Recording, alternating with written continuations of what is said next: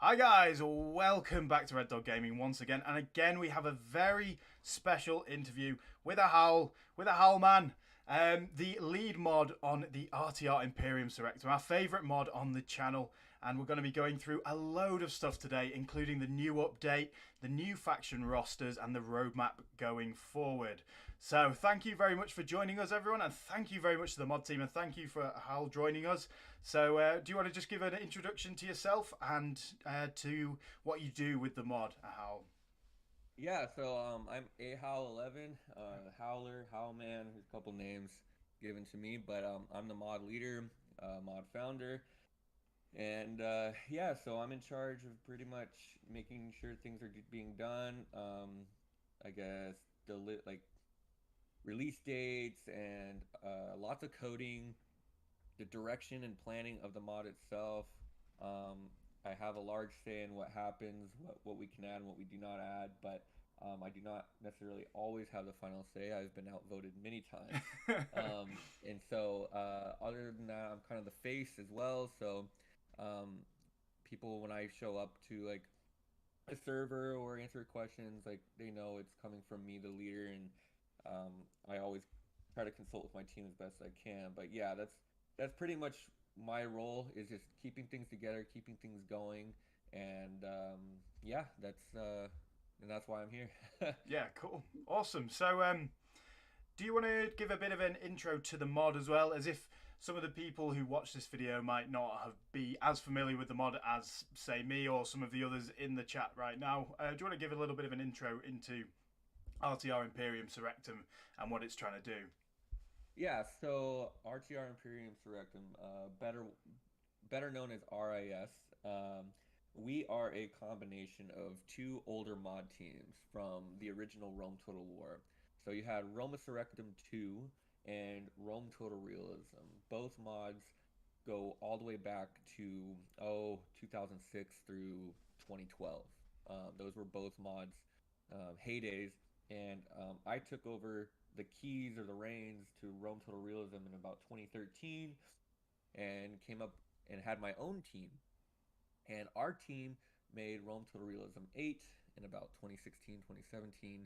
And from there, we split ways and kind of did our own thing. But we came back together in February of 2021, um, not knowing that Rome Remastered was about to be announced. And so our core group of RTR members were working on a mod, and then one day I woke up and we saw the announcement in March, and immediately I got on with them. I'm like, hey guys, like we got to make the transition. And so we were just going to do Rome Total Realism for Rome Remastered, but then um, being on Total War Center, I know a lot of people and I know of a lot of people, and so I kind of brainstormed and I went to a lot of older modders from back in the day to see like, hey, are you still alive? Are you still around? Like, what are you doing? And you want to help out? And I got in touch with Tone from RS2, and he was interested in helping out. And kind of like how he said in his interview, he was pretty shy. He was kind of like, I might be able to help out here and there. Not much though.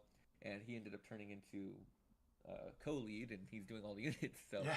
um, he brought along Apple and and Rex and a couple others from RS2, and then we from RTR joined with them, and we kind of made this like, hey, this isn't Rome to Realism, Rome to Rectum anymore. Took us about a couple days to figure out a name, and we became RIS. And then the great thing also is I was able to find people like Maurits, who he was the leader of Rome Total Realism 7 from like 2010.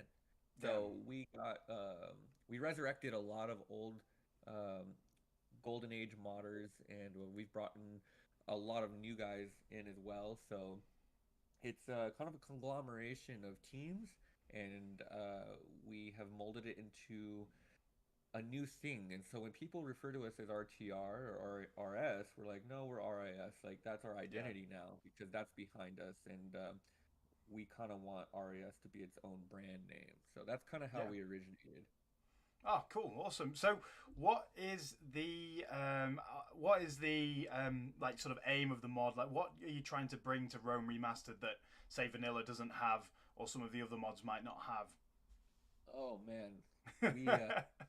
It's a good question, and this is gonna be kind of crazy answer, but like my vision is to remake. It's like almost like remaking Rome Remastered. Like if and that's what Rome Remastered allows you to do.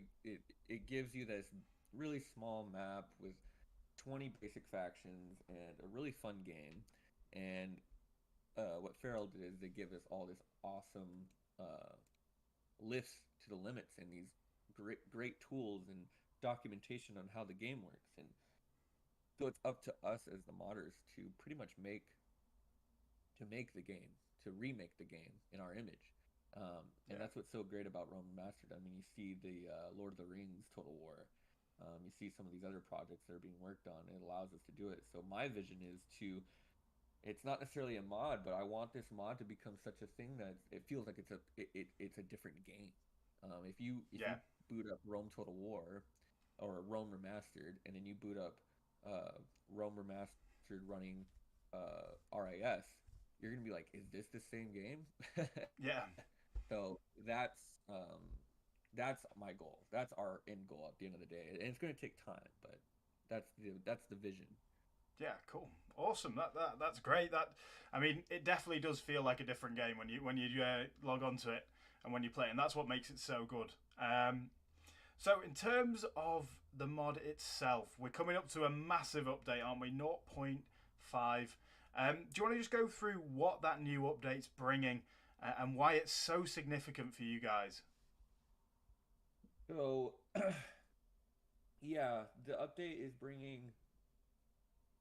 I guess it's almost like a new. It's like a fresh start for us.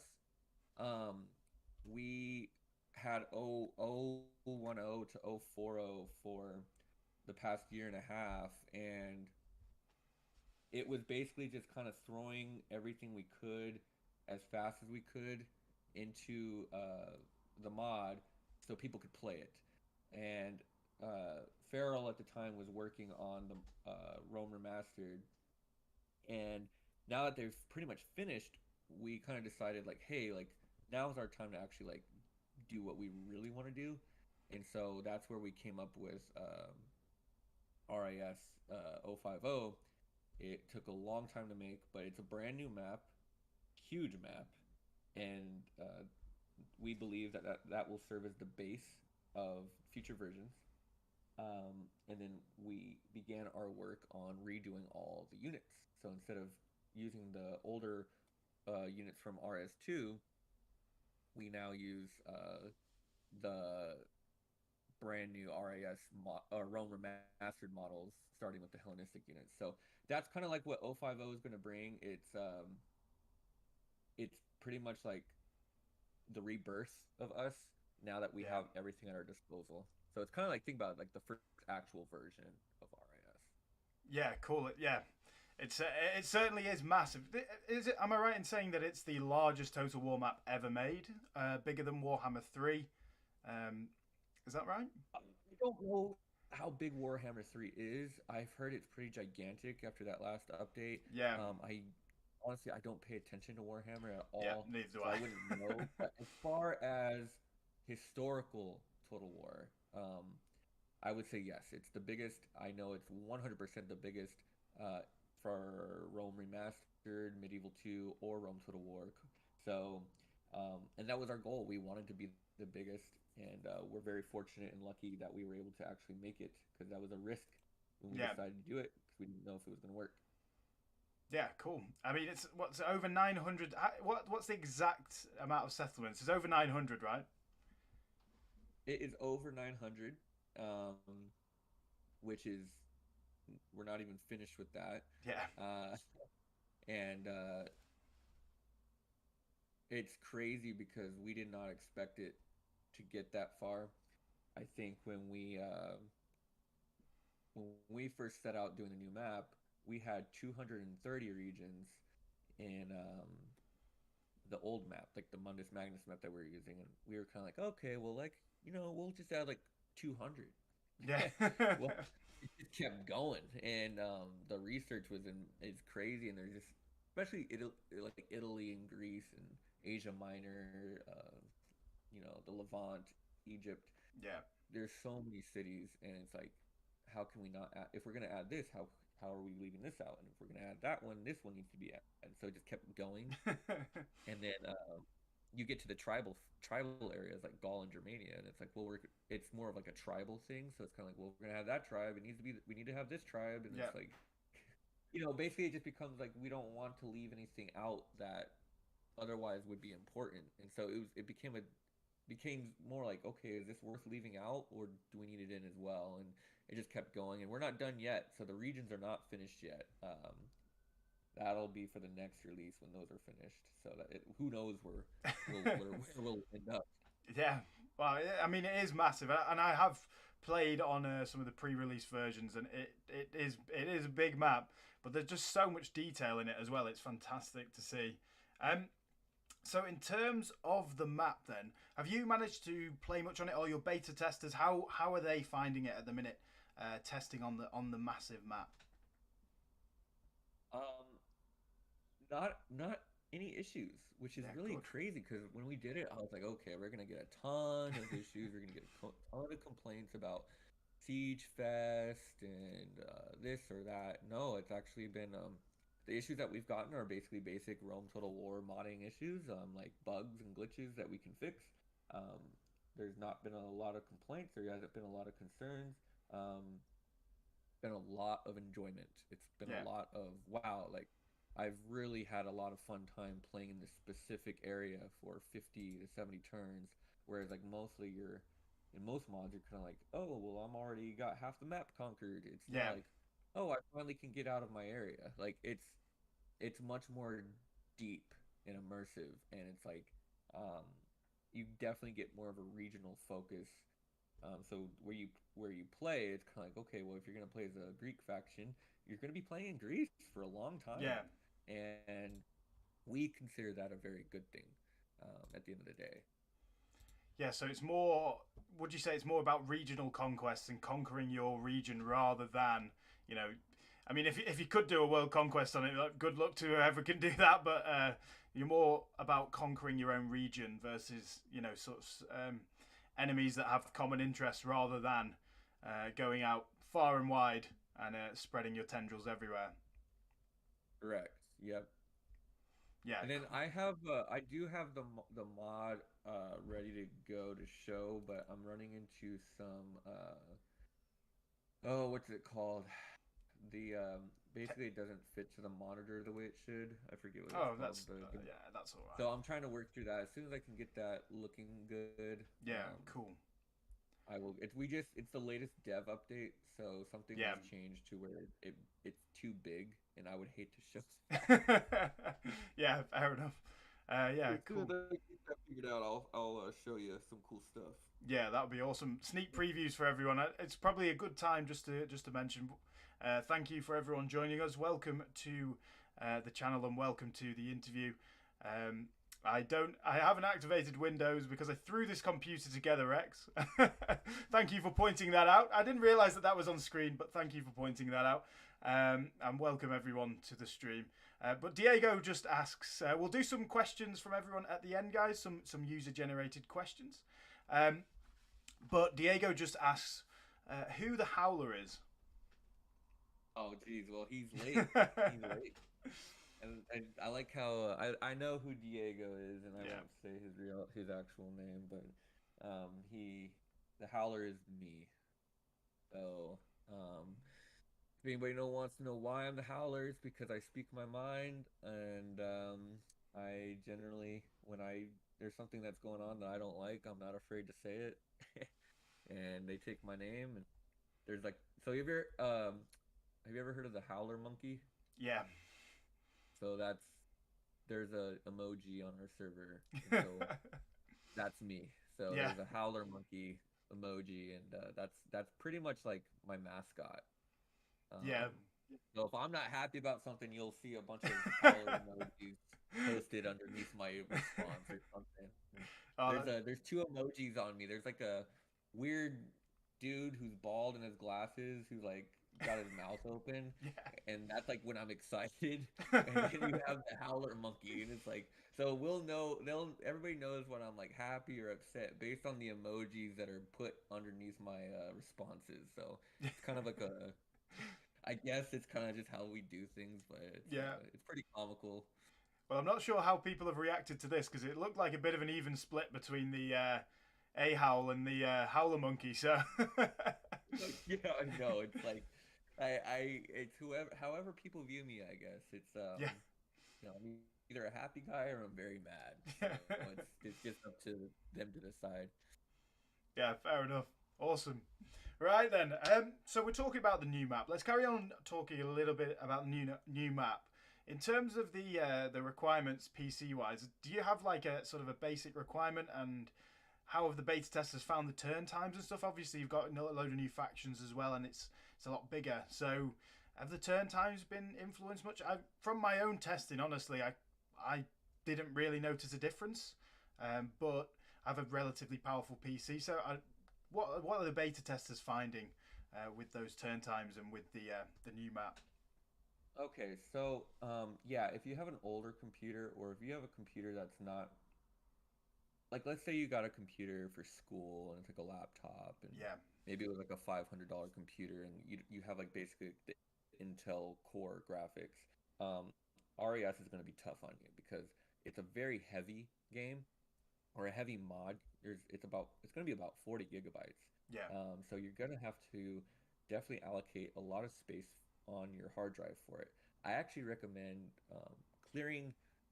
clearing everything off of your SSD and like all your other, if you have games on your SSD, clearing it off your SSD and then having it put on your SSD just because it's going to really help your load times just as far as mm, loading into the game and loading into the campaign and battles. um, but you can still play just fine on an HDD or an external drive. It yeah, just takes a tad longer. But as far as like the game itself is concerned, you can run it at very low settings. I think one of our core team members doesn't have the best computer, and um, he's able to do everything. He just works on like lower settings, and yeah, it still looks pretty darn good. As far as interns are concerned, it is not based on your computer. yeah, It's based on what we do.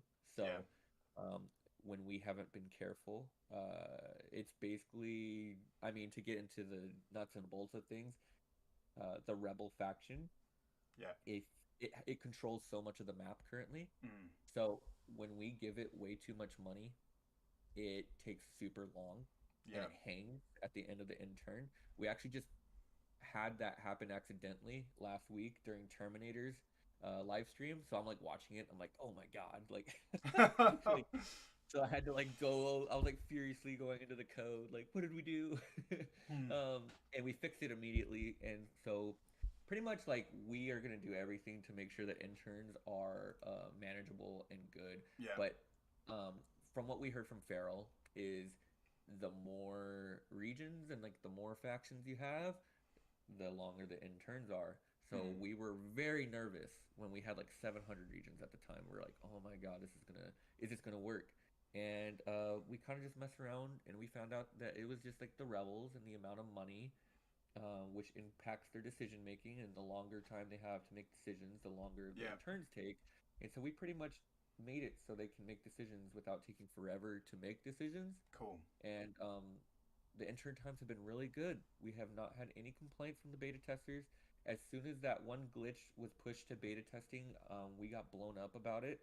Yeah, So they've been really good about noticing when things are off. But I'd say for like 95% of this beta test period, it's been really great. And so anybody that's out there worrying about intern times, it's not a worry at all.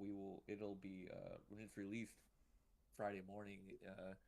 There won't be any intern issues. So yeah. that's a really good thing.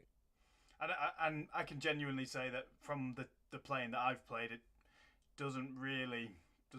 I've not noticed anything. I've pressed the end turn and it's over just as quick as the normal vanilla map is. So, yeah, that's brilliant.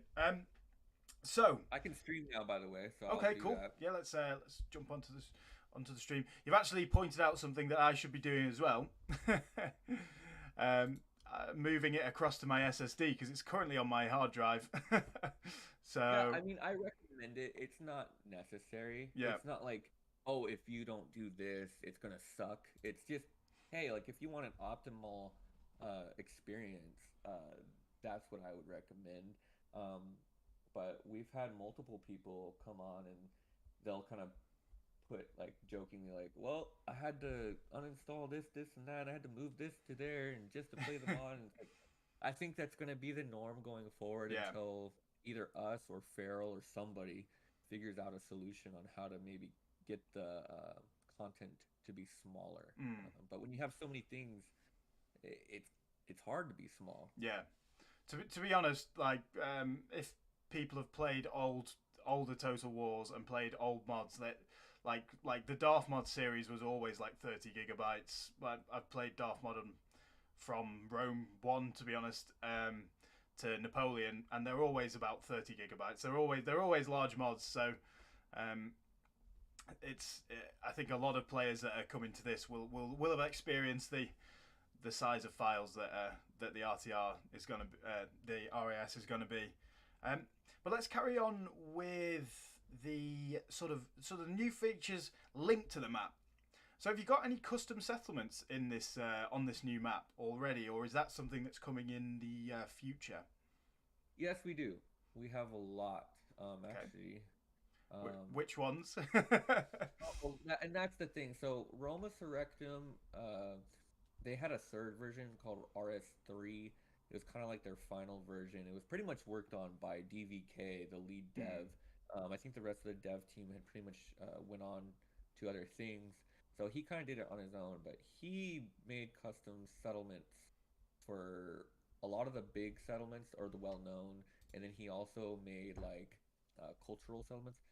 So we've got those in. I guess let's see how Rome looks. Yeah. Real quick. Explore settlement. Okay. So I think Rome has its own plan, or Roman settlements have their own plan. I think as the player, you'll still run into your basic vanilla Rome Total War style settlements, but all the buildings have been changed. So you get a ton of new buildings, and it's not the same as vanilla Total War, where it's like, oh, if I build a barracks appears in the settlement. It's kind of that's all been done away with, because for it to work, it's just too complex. It's a very complex modding thing that only a few people really know how to do. Right. And so what DVK did back in the days, he just removed all of that and just said, hey, here's the custom settlement plan. It's really cool. You're not going to be able to change it much how you play, but it's better than having the boring, bland look as before. So this look right here, this is all custom for the most part. The buildings. So quick note on that, saying that so it doesn't change with the different sort of the different buildings you build, but does it change based on the level of the city as well, or will it always just be the same? That's a good question. I think so, but I think there's some settlement plans that are just gonna kind of be what they are. Yeah.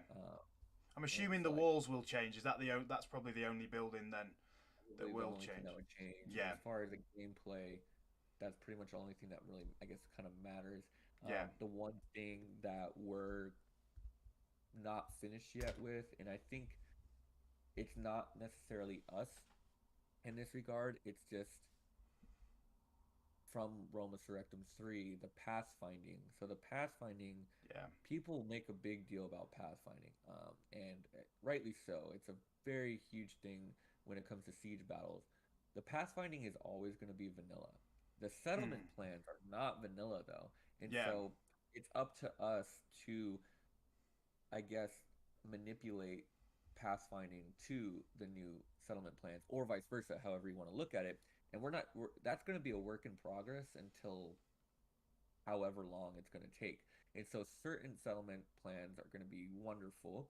Certain settlement plans might have a glitch here and there, and certain settlement plans we may need to be reported on, and we need to go in and fix it for a patch or for the next release. And so it's just one of those things where it's like, hey, we wanted to add this, it's really cool, but it's going to come with its problems, and please just be patient with it, give us the feedback on it, and we will fix it as best as we can, and then hopefully in time it becomes a thing of the past. And that's just kind of what happens when you're in a 050 version. Yeah, cool, exactly. I think my favorite one is the sort of Iron Age Celtic like hill fort sort of settlement. The I'll barbarian actually settlement. I'll get onto that right now. Actually, They are that's a great point. so much more interesting than the vanilla type of settlement. So much more interesting. Oh yeah, it so does. Yeah, It's much more realistic and much more fun and a lot less boring and predictable. yeah, definitely. Yeah, really, really, really cool. So, have you got plans? So, have you got plans for potentially other big cities like Seleucia, Antioch, Carthage? Potentially, Carthage is a Yes, yes. yeah, They've the all I think about like the majority of the major cities that most people can kind of list off the top of their heads uh, yeah, that were like huge in this time frame. Yeah, they all have like their own deal as far as settlement plans are concerned. How well they work and how in depth they are yeah, yet to be seen on a lot of these. Um, will we be changing them? Probably not because we didn't create these from scratch. These were ported. So yeah, DVK is not around anymore. He's retired. He's got, I can believe he's got eyesight issues, and so he's not really modding anymore. And so mm, it would take somebody to join the team or who's already on the team to take the time to, learn it and mess with it. But Swagger is the one who ported them over, and I mean, he did the best he can, and he's gonna fix things as best as he can. But as far as like making new ones or completely overhauling them, it would take somebody with the patience and the skill to do that. yeah. Cool. So if anyone's out there, anyone out there who knows how to mod these maps, do get in touch. You can join the Discord. I believe there's a link in the description down below for the Discord if anyone wants to join the Discord today or when they watch this video. You can find all the updates there as well. And of course the Steam page as well. There's a link down to the Steam page for when that mod gets released on the 30th. So that's awesome. So we're jumping into the boy here right now, aren't we? So do we want to Yep. talk about? There's 18 new factions, right? Yep. For the new update. How did you like? For me personally, what I find really interesting is that how did you select which factions to include and update, um, and which ones to kind of leave out for later? Oh man, that's a. If only you would have been a fly on the wall in some of the conversation. Um, we are a team of very passionate people when it comes to history, and so we all have our views and our opinions and our yeah. favorites and our least favorites, and it becomes a very. Is this the new one? I don't think so. I think that's No, I don't think so. old It's like style. in the Yeah. walls. Um, New, definitely I'll have new huts and sort of building designs though. yeah, I'll keep messing around as we talk. But so yeah, I think we actually had 20 planned, Hmm. and two of them we just didn't have hardly anything on them, and they are needed eventually. They'll be in eventually, but they just weren't. We just didn't have what it took to make them now, and so we had to disqualify them. But Hmm. the other 18, it was pretty much like, hey, like we just put a bunch of Greek factions in, and the rest of the world is kind of empty, and it's like we need to kind of look region by region. So we looked at Iberia, and we said, okay, out of Iberia, what are like maybe the two most important factions that we could add, and that's where, as I'm here in the map now, Yeah. that's where the Lusitani in Portugal, Yep. and they're right here, and then you have the Editani over in Valencia. Hmm. Um, that's where they came in, and it's cool because we had this the Celt we had a, it was they were called the Celtiberians Hmm. before, and we changed them to the actual tribal name of the Aravaci. Um, so you have a Celtiberian faction, and then you have the Lusitanian faction. They're very Celtic in Yeah. culture, but then you have the Editani over here, and they're very Iberian in culture, which is closer to a more civilized Carthaginian Punic. Not quite, but more so in that line. So they're a little Cool. bit different from each other. And so we kind of went area by area. The Numidians, people don't know that Numidia was actually two different tribes, and Mm. so we wanted to show that. And then Gaul, or the Celtic like culture in general, needed some love, and so we've added. Let's see, the Gauls were changed to the Arverni, and they got a complete overhaul as far as Yeah. their look. And then we added their rivals, the Aedui and the Allobrogues. Um, and then we included the very powerful Belgae up here in the north. And so now as a Massalia player, because people love Massalia for Yeah. whatever reason, um, uh, much to the chagrin of our historians who care less for it, Yeah. um, they uh, they have some interesting factions to play against. And then, over here, Vanilla always had the Gauls in Yeah. northern Italy, and it's kind of boring and kind of weird. And so we wanted to properly represent that by having the Boii and the Insubres, who were allies and friendly with each other and worked together to fight the Romans. And Cool. so the Roman player will now have a more of a interesting challenge in the north. And what's cool about the Boii boys, if people want to call them the Boy Boys, whoever, they get all kinds of nicknames, but they have a second start over here in Bohemia. Yeah. So it's a little bit of an interesting twist. Um, you continue with the Celts, the Volcae over here, which most people assume is Germania, Mm. but back in this time it was very Celtic, Cool. and so we wanted to represent that by having the Volcae over here with three settlements, and then you do get into Germania proper, and we added a few here as well. We have the Chatty to go along with our previous Swaby faction, and you have a big faction over here in the Lugii. The Lugii were a confederation, according Mm. to Tacitus, and so we've represented that. And then finally, we have the very mysterious and very Yeah. debatable Cimbri. Mm. You want to talk to historians about this, and you will get into some pretty crazy debates, and who they were, what they did, where they're from, uh, what are they made out of, what do the sources say. Oh my gosh, this is a very hot topic amongst Yeah. the historians. And so we couldn't stop there. We had to go south. The Celts were everywhere at this Yeah. time. So little known fact, Celts pretty much dominated the world as culturally speaking. In at this time, it was kind of like just beyond the peak of their existence. The Romans kind of started taking over at this time, but at the game start, they were everywhere. And so you have the Skordiski here in modern day Serbia, Yeah. and then you have Tylis in Bulgaria. Tylis has a very interesting, short, but very impactful history. So good thing to maybe look up and read about. And then we have a brand new culture in the Illyrian culture with an Illyrian faction in the RDAI. Mm. So this one we ported a lot of these assets from Rome Total Realism 7. Cool. Um, so they look pretty good. You cross Nice. over here, you have Bithynia, which is a very they have a very strong Thracian culture, but also Hellenistic and Greek, so it's kind of like a hybrid. They start off at war with the Seleucids, by the way, so Cool. anybody that wants to play Bithynia, that's going to be a challenge. Um, we finished up. We added two eastern factions in Cappadocia, which they start with a good sized kingdom, but it's kind of like one of those things like where do you go? I mean, you got Pontus up here, you have the Seleucids here, you have Yeah. Armenia here. It's gonna be a tough game. Oh, and don't forget you have the Galatians to fight against as well, so that's Mm. gonna be an interesting play.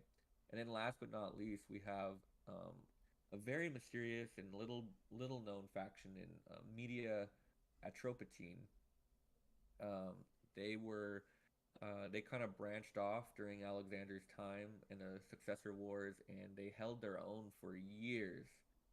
But there's not a lot known about them. There's not a lot of stuff written about them. But we do know that they harassed the Seleucids. The Seleucids had built forts along the border to keep them at bay. So they were an issue. And for Persian and Median history fans, we wanted to include something there for those folks. So yeah, I mean that kind of is just like a basic quick overview, but it Yeah, took awesome. a lot of debate and Yeah. discussion just to get those factions, which is crazy. Yeah, cool. Can you reveal which two were left out and maybe coming next, or is that I will just say that they are a culture that has yet to be represented in this mod, and it will be coming. We don't know when it's going to come though. okay? As far as new factions are concerned, we kind of feel like we're at a good spot. I believe we have 50 playable factions at the Yeah, moment, or just about. And with the new map, and with most of the areas covered, I get it. Arabia, Ethiopia, India, kind of barren still. I understand, um, but the majority of where people play is covered with mm, something, and we kind of want to shift our attention to, okay, let's make these factions like good now. Let's make it, yeah, let's flesh them out. Let's make them feel like unique from each other. And um, basically, the more time we spend working on factions, the less time we get to spend on making the game fun and hard and interesting. And so you kind of have to, kind of like a balancing act when it comes to yeah. that. So new factions are definitely going to come. I won't say what those two are going to be because it'll just generate a lot of hype. But they will come in one day, and the hype will be appropriate for the time. But for now, after these, we kind of want to make it to where no matter where you play, it's a clean, fun, and challenging experience. Yeah, And then once we get to that point, I think we'll get to another round of factions. And at this point, the main boys are covered, so it's going to be some interesting factions that probably most people haven't even heard of before. So it'll be a lot of fun. awesome, cool. That's brilliant. Yeah, that was a great rundown of all the factions, the new factions, guys, as well. If you've not seen all the new factions, that was a great rundown of all the new factions. And I'm not going to speculate too much, but cultures that we've not seen really. You say the two factions that we missed out were cultures that are not seen on the map currently. So that just makes me think Arabia or Ethiopia or India, really. But of course, they're not. It's not to be revealed. So Yeah, that's fine. and that's what's fun, right? Yeah. Let you all speculate, and when that time happens, it'll happen. But Yeah. I'll tell you what, there's a lot of cultures on our map that It's have yet true. to be represented. It's true. So it could be anything. It could be somewhere you would never even think of. So that's what's really fun about it. Yeah. Exactly. That is. That's interesting. That's interesting. Well, that takes us quite cleanly and nicely onto sort of the new units that you've added for predominantly the Hellenistic factions. Do you want to just talk about that as a process, like how you've got to all these new units, how long it's taken, and the amount of work that's sort of gone into that? Right.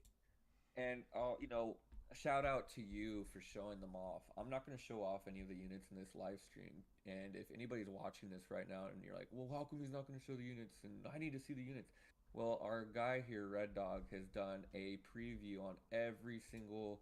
Well, there's still a couple remaining that you'll be doing soon, but the big boys, the Antigonids, Epeiros, Seleucids, Ptolemies, even Baktria have their own videos because of Red Dog here. So if you want to see how pretty and awesome those units are, please check out his videos. He did an amazing job. But as far as like the work that went into them, I think Tone covered it very well with you when you Mm. talked about it. But from my perspective, um, like you don't know how much work goes into it until you start doing it. And so when we had the discussion back in January of like Tone was like chomping at the bit. He's like saying, "Hey guys, like I really want to get on to making some new units. Yeah. We need to update these. Like we can only have these RS2 um, looking units for so long." Um, so I said, "All right, well, let's do it." And then we decided that we're going to do the Hellenistic units first. And honestly, I think it was the right call. They're Yeah. probably the most diverse and the most challenging at the end of the day. And so getting them done helps us get the rest done in the future because you think about it, Carthage used a lot of the same equipment as far as helmets and Lanosaurices and Musculatas and weapons and whatnot. The Romans are pretty straightforward. Um, so then you're pretty much left with like kind of Celtic tribal gear Yeah. and like nomadic Eastern gear. So getting the Greeks out of the way first, important. And so Tone started working on it in January, right? The first unit took, let's see, 5 months to make, 5.5 months. So from January to the middle of May, Yeah. Tone worked on a single unit, and that was your Royal Peltask Spearman unit for the Antigonids. Okay, and I remember asking like, how long is it gonna take? How long is it gonna take? What's going on? Like I was just like chomping. I was like, look, are we gonna get this going or what? And so the first unit was made in May, and the reason it took so long is he made pretty much all of the pieces from scratch, and it took a long time. I mean, it's a lot of work. And not only did he do that, he took the time to get processes of texturing and modeling and assembling together so Hmm. that people who have never done any unit work before could join and then use the processes and use them as a guide so they could easily do it. He almost pretty much manufactured an assembly line by himself, Yeah. and it's been amazing because we've had a guy, his name is Refract, and another guy named Iambic, two college students that have joined, Hmm. and one was a coder, one's done nothing but play, and they've come on and they've made tons of textures and assembled models, and we have another guy named who was mainly coding, and he learned how to assemble all the models, and he knows how to make LODs now. And it's like Tone did an amazing job of that, Yeah. but it took a long time. And so you think about it, from the middle of May to now, we made all of our units, but from January to May, we made one unit. And so you can see how the pace has really quickened. And so we're really excited to make the rest of the units. It's going to take time though, and but if you've seen and you've commented in your videos, Yeah. the level of detail that has been Yeah. put It's into it huge. is just absolutely phenomenal. I'm shocked, and I've been working with them behind the scenes this whole time, and it's just like, Tone will post a picture of him working in Blender, and it's like, hey, I'm working on this scale armor, and like I'm like, oh my gosh, or like the padded quilted armor for the Macamoy. Yeah. I'm like, whoa. So a lot has gone into it, and then the fact that he was able to teach and train people who have never done 3D or 2D graphics on the computer how to do these things, it's I think that speaks more than the actual units itself. The fact that people have come onto our team with no experience and have now become integral parts of our team in making these units, it gives a lot of hope for the modding community as a whole. And so an announcement that like I would like to make that maybe a lot of people aren't aware of is we're gonna be able to give our processes and our assets for these units to the community to use for their own mods.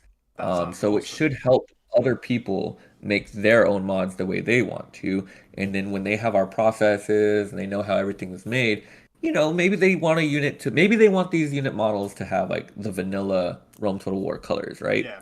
Um, they can go do that. And so we're hoping that our mod is going to be great on its own, but we also want to help the greater community. And so that's what's really cool. And anybody who's out there who says, well, I don't know how to use Photoshop, well, I don't know how to use GIMP, or I've never used Blender, that's Yeah. okay. People on our team never used it either, and now you can. And I think it's going to give the community a huge boost as far as all kinds of different mods can be made now. And um, I'm excited to see what comes of it. Yeah. Cool. That's awesome. That is brilliant. That is so cool. Releasing those assets for everyone to use. That's really cool. I'm just gonna have a quick note on the side before we continue. Internet's going a little bit spotty, so I'm sorry to everyone out there who the internet's affecting them a little bit. So it's just gone from 30 megabits of upload speed to less than one in 2 minutes. I'm not sure why. That shouldn't happen, but I am really sorry, guys, if you are experiencing any of the issues. Hopefully, the one good thing is that it will be recorded by YouTube as well. So if you do miss any points, then you can of course watch the whole video back again when it's fully buffered and everything. So I am sorry if there is any buffering for you guys out there, and I do really appreciate you jumping in, but it's going a bit crazily spotty at the minute, and the download speed seems pretty appropriate, but the upload speed is all over the place. I have no idea why. But it's very likely to be the fact that we are in probably rush hour for internet speed in the UK at the minute, if you can call it that. Oh yeah. I know how that is, man. Yeah. It's just like 3 times a day. It's like, oh, I'm not gonna even get on. No, exactly. So we'll start talking a little bit then. So we've talked about the new factions. We've talked about the new units and those new textures, which are stunning, as you've said already. Can I just ask you a couple of fun questions, really? A couple of questions that are interesting to me, interesting to everyone who's a fan of the mod, but just more fun rather than seriousness of the update and everything like that. So, Go for it, man. Of course. So did you... We'll talk about vanilla first. When you played vanilla, when was the first time you played vanilla, by the way? Let's see. I was 11. Okay. So now everybody's gonna know how old by doing math. I'll know Yeah, how old I am. So I'd say 2004, 2005 Yeah. when it came out. I think I had my dad. My dad, I was a huge Age of Empires player as a Yeah. kid, and as a kid, I would take the books and manuals of Age of Empires, Rise of Nations, Empires: Dawn of the Modern World. That was a good game. And Medieval Total War, and I would splay them out all over the living room Yeah. floor, and I'd get notebooks, and I'd be writing ideas. And my Cool. parents were like, "What are you doing?" Right? Like, I'm gonna make a computer game. I want to make my own computer game, and I was taking like these ideas from all these games. I'm trying to make like this hybrid super computer game, and I had no idea how computers work. But the scenario editor of Age of Empires was fun for me, and then Rome Total War came out, and my dad showed me like a trailer for it or something, and I just became like obsessed. Yeah. He got it for me, and I just all the other games I completely forgot about. It was Rome Total War only, and then Barbarian Invasion came out. And I remember I would take like a drawing pad and I would try to sketch the unit cards or the faction symbols, or I'd have my mom sketch them for me because I was a horrible artist. And I was gonna, like make like this book on Rome Total War. Like I had all these ideas, and I never knew what modding was. Yeah. So I go through this time. I played Medieval 2 Total War for what it was. It was an amazing game. And then I think in high school or middle school, I remember it was on Wikipedia reading Rome Total War, and I read Rome Total Realism, and I clicked on it, and it was like this mod, and I just became like infatuated. And at the time, my parents were like, "Oh yeah, you're not gonna get this," because they thought it was gonna have like a virus or something. I mean, this is like 2006, so things were people didn't know what they didn't know, and so I was able to find a way to get it on like a USB drive, and I uploaded it. I was like in high school, and I was like, wow. So I became really infatuated with Rome Total Realism, and then I found Europa Barbarorum, and then by the time I was getting into college, the summer before college, I got my own laptop, and I joined Total War Center, and that's how I started to mod. And so the reason I started to mod is I love the vanilla game. So even though I'm making RIS over here, for people that don't know, I have my own mod for Rome Total War out there called Vanilla Enhancement Mod. Yeah. And so I have a passion for the vanilla style and the vanilla type of game as much as I do like the historical realism side. And what got me into modding is I was the Julii, and I love playing the Julii, and I was getting so sick and tired of the other Roman factions, and I'm like, I want Rome to be its own faction, and I want the Greeks to have southern Italy, and so I was doing all these cheats to give me all the regions in Italy, and then I was trying to give the Greek cities Tarentum and Croton, and it wasn't working, and then I stumbled across modding, and one thing led to another, and here we are. So awesome. yeah, I mean there's definitely a long history for this, and I'm not sure I'll ever get tired of it. Yeah, cool. That's great. I've got to stop saying awesome because I said it about 400 times in the last Oh, it's okay, in the man. It's in the okay. last in the last interview. So, but yeah, cool. So leading on from that question, a lot of history of Total War games, modding, all that sort of thing. What is your favorite faction in vanilla then? Because you have the Skippy Eye logo as your logo, so I'm assuming is it the Skippy Eye or No, it's not. It's the Julii, man. I love the Julii. I think the Skippy Eye when Roma Master came out, I really just liked the way it looked. yeah, I have a history of changing my icon maybe every year, two mm, years or so. I used to have an old Epeiros symbol back in the yeah, day. I've had a, let's see, my first ever avatar was the vanilla Numidia avatar. okay, And then I had a Rome Total Realism Platinum Edition Illyrian avatar. And then, mm, yeah, I just changed. I think that's still my avatar in Total War Center. And then, yeah, on Discord, I think I started with like Epirus, and now I have the Skippy Eye for Roman Master, and so one day another icon's gonna catch my eye, and I might change it. So yeah, it's kind of like just every now and then I could change it, but no, and I think actually it kind of fits because being the Howler and you have like yeah. the wolf, I guess it kind of makes Yeah, sense. it makes sense, Uh, and I do agree. The Skippy Eye logo is really cool with the Romulus and Remus's mother, I guess, on it. Yeah, yeah, something like that. I think EA got creative with how Yeah, they wanted to do things. They did. I'm pretty sure they missed it with Skippy Eye. I think it should have been like Scipio. No, it's not Scipio, but there's like a they did their Latin wrong. I read about that. I right. don't know what the Latin should be, but I know they did it wrong, and Yeah. uh, some historian out there can probably correct me on that. Yeah, cool. So, do you have a favorite faction in the mod then? In the mod Ooh, as its current version, um, ooh. I guess if you have if it's different for 0.4.2 and 0.5, then you can say both. But I'm guessing it'll be the same. Um, Gosh, that's a really good question, man. And it's funny like that you ask because I think I'm so busy with Yeah. making it, I don't think about stuff like that. Mm. Well, I would say just off the top of my head, I like Akaya. Um, I think if I were to play, I would yeah. probably try playing as them just because they have an interesting military.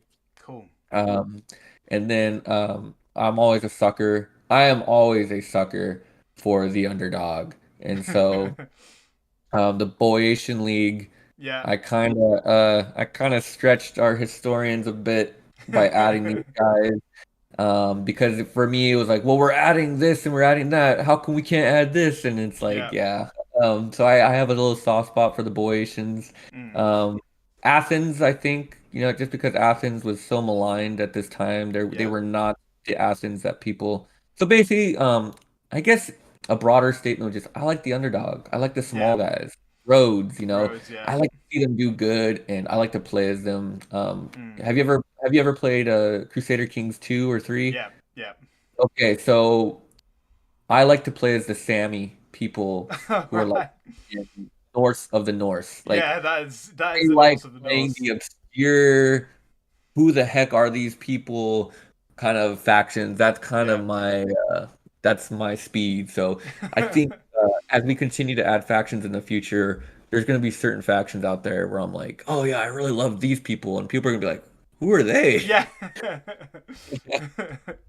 Yeah. Fair enough. Yeah. That's cool. So linked to that then. It might not necessarily. It might be the same, but it might not necessarily be the same. Do you have a favorite unit roster? And added to that, a unit roster, which one of the new unit rosters is your favorite? Without offending Tone too much.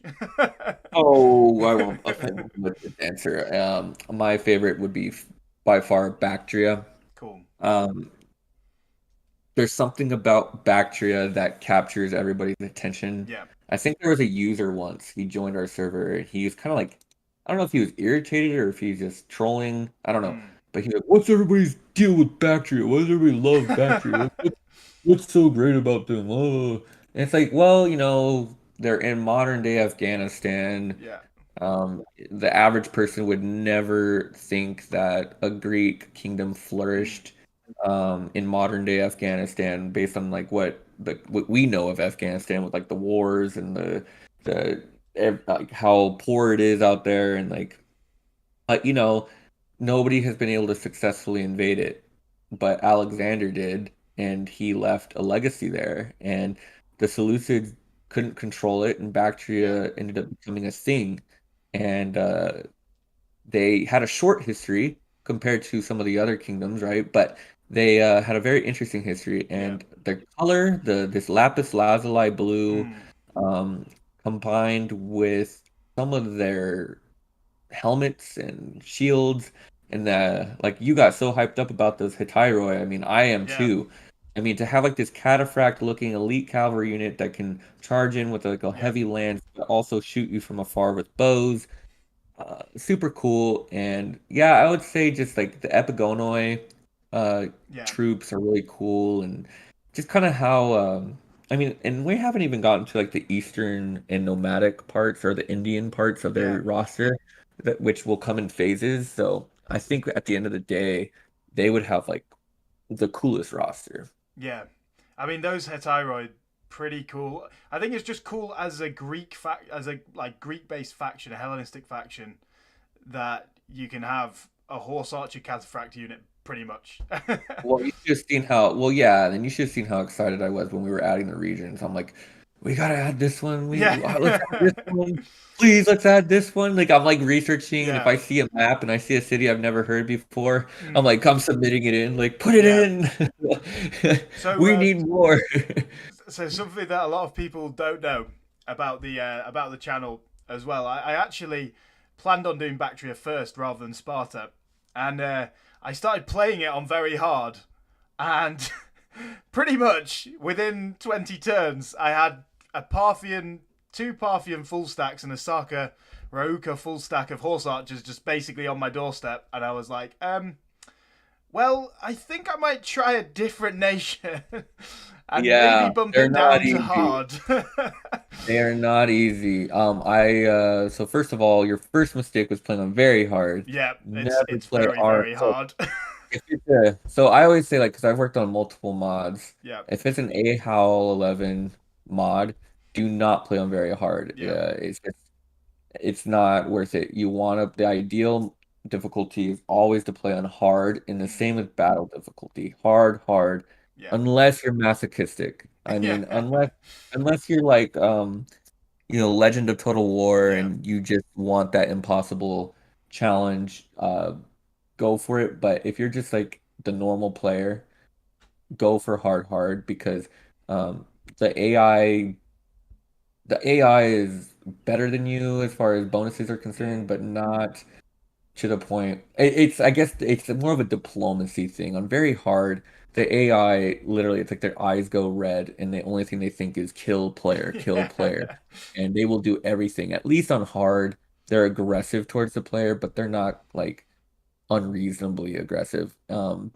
yeah. that doesn't stop them from breaking alliances with you and stuff. I'm No, they sure you've love to seen in do the that, don't Sparta they? campaign that as soon as you border them, Yeah, they will attack you. It's just yeah. kind of that's Rome Total War in a nutshell. That's just total war diplomacy in a nutshell, really, isn't it? It's just if you're near someone, they'll attack you, and you're never going to get out of it until you've destroyed the whole faction or basically crippled them. Um, Right. Exactly. so And then once you cripple them, they'll ask you to be a protectorate and stuff, which I think is cool. And I guess that yeah, was an original feature that never really mm, uh, was made correctly. And so yeah, Feral made it so like the AI does a good job of kind of assessing your strength compared to theirs, and then they yeah, kind of treat you as such. So it's a little bit better than what it used to be, but it's still, like you said, it's total war diplomacy. yeah. They're gonna do what they're gonna do, and you're just gonna have to beat them. Yeah, exactly, exactly. Um, and well, Do you remember when they first released it, and the compensation thing was an option? It still is an option, I believe, but I think it's just offering compensation now. Can you still demand it? But I don't know. I uh, don't know actually. There's so many things that Feral did, and this is a horrible revelation that I'm gonna give, but I have yet to play a campaign on RIS. Yeah. And I've Well, to be only fair, played one campaign on Remastered, and that was, of course, the Julia. And I think yeah. I conquered Gaul, and I was over it. And that's all I've played. So, like, as far as just like a lot of the new features, as far as playability and stuff, Mm, it's like I'm I'm so deep into making the yeah. mod that's like I haven't had time to check those out. So I have Yeah. no idea. Well, to be fair, Tone said exactly the same thing. I asked him what his favourite faction was, and he started laughing. So Yeah, he said, I yeah, haven't played for 10 years, so he's just too busy. exactly. Yeah. But yeah, there was a So, like, when it first released, I think it was one of the first things they patched over. There was a compensation thing where basically, if someone betrayed you or transgressed against you, you could just send your diplomat, ask for compensation, and they would pretty much give you like say they just transgressed against you and you asked for compensation, they'd give you a city. If they'd portrayed you as an ally and then stabbed you in the back and then you fought them back until they wanted a ceasefire and you asked for compensation, they'd pretty much give you all their cities. So Oh you could, wow. yeah, Spiffing Brit did a video on it where he basically took over the whole map just through gaining like these I compensation thing. remember now. Yeah, Yeah. I wouldn't be surprised if they fixed that. No, I yeah, don't they think. they fixed it like pretty quickly because Yeah, it was so. But that was just like as soon as that happened, I was like, yeah, it's total war diplomacy in a nutshell coming yeah. out. Um, but yeah, cool. So we've gone over quite a bit. So well, we've gone through the favorite unit roster. Do you have a favorite unit then? Is that or is that going too specific? A favorite individual unit by itself? No, I'm just running through all the units right now in my head. Yeah, I honestly, I don't really have a specific one. yeah, I would say the Macamoy swordsmen cool. for the Ptolemies are pretty badass. Yeah, They have like that Egyptian big, huge necklace or whatever you want to call yeah, it. And they have the interesting shields, and then some have helmets, some don't. I think Tone did an amazing job with that one. yeah. Uh, The Gucci Gilets. The Gucci, yeah, yeah, yeah. yeah. The Gucci guys are pretty good too. They do look And awesome. most of the phalanx units, I'm I love a good phalanx. Their shields and the Linothoraces from El Santo Padre, who's not even on our team anymore, but Mm, he made that from scratch basically and gave it to us. So big shout out to him. Um, those are really cool. Just like the individual flaps and stuff. Like yeah, so it's just cool kind of like to see how things can be. But yeah, I'd say the phalanx units and then those Macamoy swordsmen. yeah. Cool. That they do look really cool. The Macamoy, all the Macamoy units really, and it's just good to Yeah. have that integration of the Egyptian units into Egypt, the Ptolemies as well, isn't it? So that's cool. That's great. So let's talk a little bit about the mod in general as well. So why? Well, you talked about it at the start about how you came together. When that Rome remastered got released, was it specifically just a thing in your head, like a bit of a light bulb moment, thinking we need to make this mod on Rome remastered, or were you making mods before on Rome 2 or some of the newer games? No, I Um, don't touch Rome 2. no, Um, cool. don't care for the game, Yeah, to be honest. I know a lot of people have said, "Oh, it's so much better now, and you get DEI, and it's so great." Like, I don't care. Like, I'm yeah, a map guy. You can't change the map. If you can't change the map, yeah, I'm not in it. And I know it's kind of like a very, oh, that's very black and white of you, Ahowl, and oh, you don't give it a chance. Like, well, I just don't frankly have time to give it a chance. And so I made that decision long ago that I would yeah, stick to this one, and I told myself I'd much rather mod Rome Total War and make multiple mods for Rome Total War than to get into Rome 2, which would take a lot of time and effort to learn the game. And yeah, the thing is that I never enjoyed it. And mm, so I'm not going to do something just because it's newer. yeah, Um, but I always held out hope that Remaster would come out. yeah, And that's not a knock against Rome 2. I'm not saying it's a bad game. I'm not mm, saying it's horrible or anything like it's just not for me. yeah, And so I held out hope. And I'd yeah, say the day that morning when I woke up and I saw that Rome Remastered was being announced, I made a decision in that moment. I Yeah. immediately got up. I remember being extremely excited.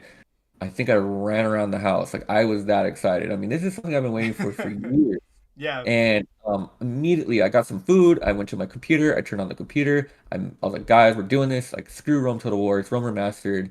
Like, it is time. And like, some people were very hesitant. Yeah. Others were kind of right with me.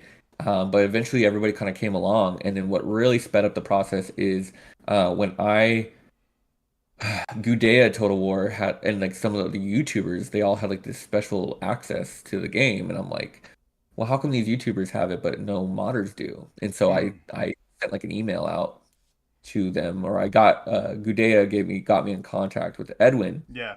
I'm like, hey man, like, yo, like I'm a modder, and like these YouTubers, half of them don't even know what Rome Total War is, and they're playing the game. They don't even know how to play it, and like these are all like Warscape engine YouTubers, Yeah. and some of them are even saying really bad things about it. And it's like, can I come on board or help, or like, is there a way that I can get access? Yeah. And he's like, actually, yeah, we were planning on reaching out to a lot of you modders next. Here, fill this out, and so I filled out an NDA. I got Cool. Tone on board, and then I got a couple other prominent Rome Total War and Medieval 2 Total War modders on board, and then together we kind of consulted with them. And if you remember correctly, Rome Remastered got pretty much crapped on when it Mm. first came It did. Yeah. out. And there were YouTubers out there who just completely bashed it. And it's like, what the heck? Like, this is the game that I've loved my entire Yeah. like life. Obviously, you have expectations, but this is a remaster, not a Yeah. remake. And the fact that Edwin and the Feral team were like, hey, like, we know the value of modding in this game. So what can we do to make it better for you? Yeah. And because that's where the heart, this is where the gold of the game lies. This is where Mm. the reason for the game lies. It's like for people like our team at RIS and like the Lord of the Rings Total War and these other mods that are being made. Yeah. It's like our canvas to make Yeah. our art. And hopefully this release is gonna kind of be like a shout, like, hey guys, you want to rethink your ideas on Rome Remastered because this is what's possible. Yeah. And I just remember getting fully engaged with it, getting the mod team engaged with it, bringing people on, um, basically just trailblazing. Like none of us really knew what was going to happen, but we're going to trailblaze our way through this. And Yeah. RES, we wanted RES to be the standard. Like we wanted this to push the engine to its limits. We want to break it, and we want to make sure what works and what doesn't work. And then Yeah. we'll release our releases. But like I said before, we want to release what we've learned and the things that we make and do. We want to give it to the broader community as well, and so that they can follow in our footsteps and make Awesome. whatever they want to make. And so that's kind of how it all came together. It was just Yeah. a very fast decision. Yeah. It looks like Mosca Flacca can attest to your excitement as well. He said that his DMs were blown up for hours. So when Rome Remastered was released, so um, Whenever I'm excited, Mosca Flocka hears from me. That's for sure. yeah, He will hear from me when I am excited. He will hear from me when I am mad. He is my go-to guy. I think we chat, voice chat, multiple evenings a week. So yeah, he's 3 hours ahead of me. But every day I usually message him when I'm at work. mm, Hey, you on tonight? Hey, are you on? Hey, yeah, are you gonna be able to talk? And he's like, yeah, sure. Like, but he's my go-to guy, and cool, we're a very close team. yeah, I would have to say that we're a very close knit team. yeah, yeah. It's awesome. How big is the team, by the way? Oh man, that's a good question. Actually, I was just talking to some of the DEI devs this morning, and they asked the same thing. And uh, so we have 10, including myself. We have Mm, 10 core team members, and then we have probably about 15 to 20 active developers that are underneath us. So the core team members, we have a lot of our area in the server is private, and that's where like a lot of the debates, a lot of the fights, the struggle, it's yeah, like imagine a big negotiation table and there's people pounding their fists and yelling and Mm. making demands, and like that's where all of the that's like where all the beauty, like from all the ugliness, the beauty is created there. Yeah. And then from there, we kind of pass it down to the developers. But then what the developers get to do is they get to voice their opinions. Mm. And so sometimes we've made decisions and then we give it to the developers, and then somebody brings up a valid point, and then someone on the core team was like, "Ah, I told you." So it's like we have to rehash it with the developers, and then eventually we get it to a point where it's like we're all on board. And then from there, we have a couple what we call advisors, and the advisors, they are kind of like, I don't want to say glorified beta testers, but they are like expert beta testers, and Yeah. they have proven their worth as far as their commitment to the mod, and so they have access to the development area, and so they can put their voice in because they're really good players. Like, I'll give a shout out to Vic Boss. Yeah. He's never modded, but he is an amazing player. He knows the game inside and out, Yeah. and so getting his feedback really helps. And so from there, we have an open beta sign up. So there's like over 100 people who have signed up for this open beta, and it's just their job to give us feedback based on, we try to get a build out at least once a week. All in all, we're a huge team. But as Yeah. far as like our actual development, I'd say about 30 to 35 of us, give or take, and in all different roles. It's you can divide it up into different roles like historians, artists, coders, Yeah. um, PR, admin. Like everybody kind of has their role because this is a huge project, and for a huge project, you need people, and then people need to be pretty clear in what their roles are in the Yeah. team, and it's got to work a certain way. So yeah, it's a lot of management, a lot of people management, and a lot of different personalities to work with. I would say, from a real life, kind of like coming from real life, it really helps you grow as a person, and it Mm. helps you work in whatever environment you might be in at your job, or whatever it is you might be doing in your life. It really helps you understand other people and their perspective, and Yeah. it puts you in check too. Sometimes your idea is not that good, and you may think it's great, but then when five people are yelling at you about it, you're like, okay, well, I guess we'll just scrap that for later then. Yeah. That's cool. I just wanted to know the amount of people, because obviously the project is huge, and you've done so much in such a little amount of time, that to do that with that little people is amazing. Really, that's awesome. Um, so linked into this, into the team size, into what we talked about before, the sort of negativity that Rome Remastered got at the start. Are you surprised, or does it just sit right with you, the amount of sort of positive support and the response the mods got so far? No, I'm not surprised. I think it sits right with me. I think Yeah. this is realistic. I think there's still some minority voices out there who are gonna say, "Oh, it's gonna crash and burn. Oh, it's too much. It's gonna fail. Oh, it's probably gonna suck." Like whatever. Like, for me, it's like go kick rocks. Like Yeah. if you're going to be that negative about it, go find some other game to be negative about. Like we don't care. The majority of the responses have been amazing. A lot of hype. It is really cool to have all these people join the server. I think we have had, since we started our, I guess, PR campaign at the beginning of this month, we've had about 1,000 people join the server. Yeah. So for me, that speaks to, wow, people want this. People have been waiting for this. And this is, like I said before in the interview, this is like version one of like what we really wanted to do. And Yeah. so it's only going to get better. And so I would say the response is appropriate. I would say, instead of surprised, I would say I'm more delighted and happy that there's so many people out there that are as passionate as we are Mm. when it comes to this, because we've all had our dreams, we've all had our thoughts and our ideas, and I think all of us at one point had the answer of, yeah, we can't do that. Yeah, it's not possible Yeah. in Rome Total War. Yeah, no, 21 factions and stuff like that, or the 200 regions. And now with Farrell pretty much lifting that, when they were lifting all that stuff, and Edwin was updating me saying, "Hey, yeah, we got it to cultures are unlimited and units were unlimited, and yeah, we just made buildings unlimited. I'm just like looking at my phone, like geeking out, like, Yeah. oh my God, do you not know how important this is to us? Like, and so yeah, I would say it's just a very good feeling to know how many people out in the world. This isn't just like I'm in the United States. So this isn't just the USA or like my local city. This is like all Yeah. over the globe. People are excited for this, and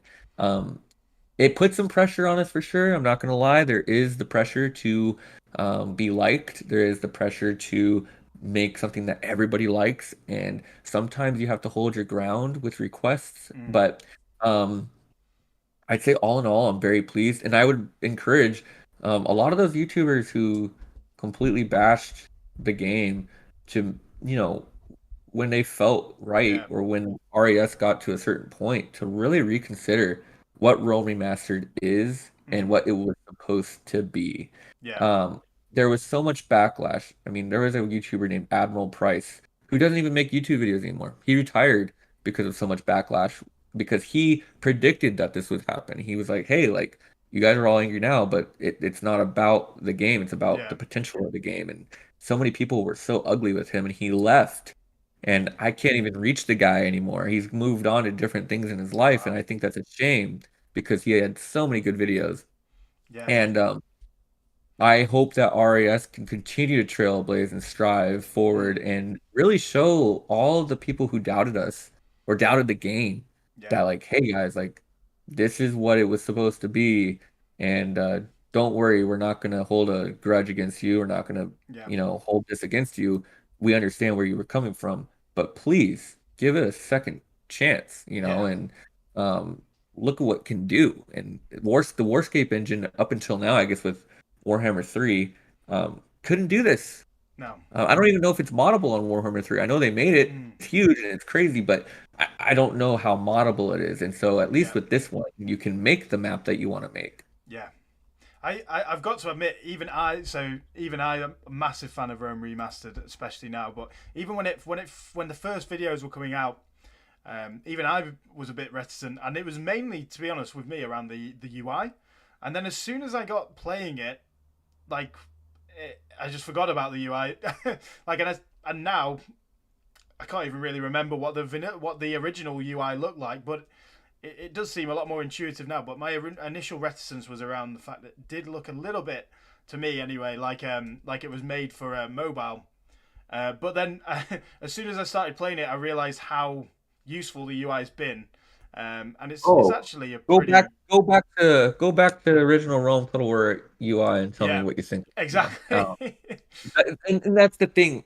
Everybody, even me. Look, I was like, um, all geeking out about this, but even I was kind of like, well, what's up with this UI? Yeah, Like, you get so used to something, and that's the thing. yeah, It's like you have to think objectively, and you have to take your emotions out of it. And I think a lot of people they were thinking with their emotions and their feelings and their it's the nostalgia, it's that good memory that I grew up with, and mm, you have to think like, okay, we're in 2022.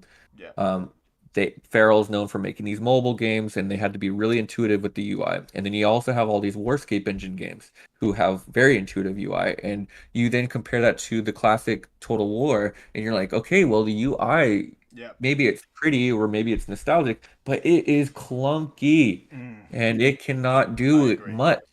And so you have to be a little open-minded. You take it for what it is, and then you mess around with it. You play with it. One thing I hated is in battles, I hate those circles above the units.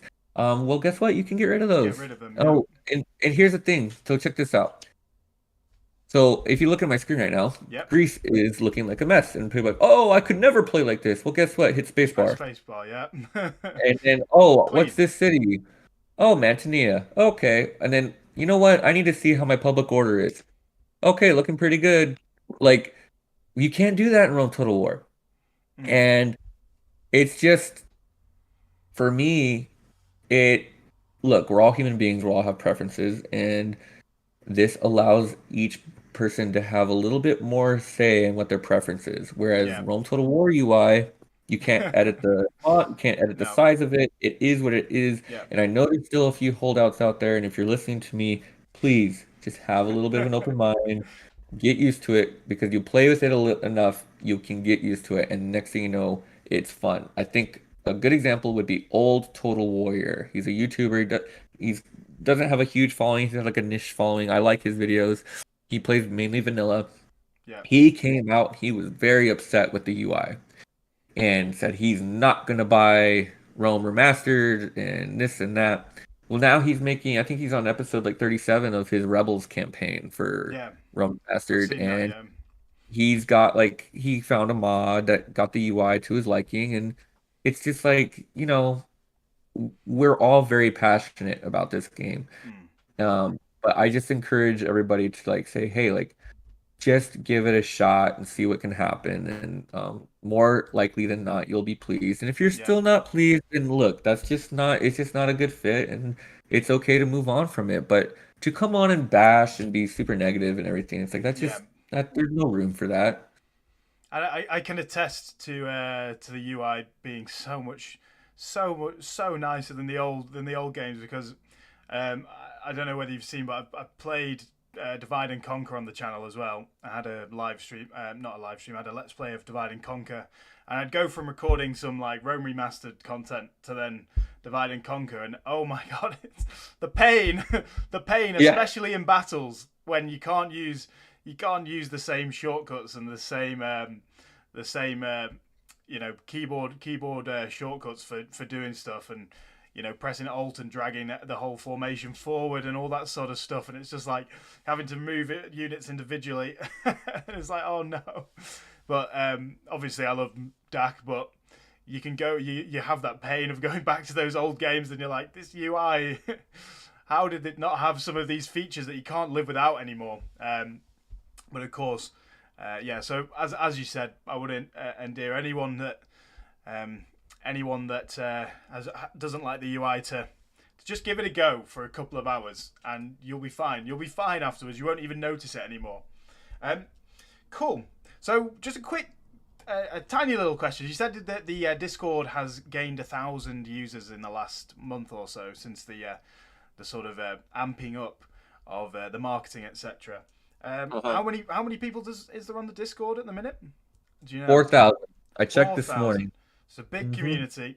So everyone who is watching this who's not part of the Discord, go and join the Discord. Anyone who watches this video afterwards, join the Discord. It's in the description down below. Yeah, please do. It's look, anything and everything RIS is there.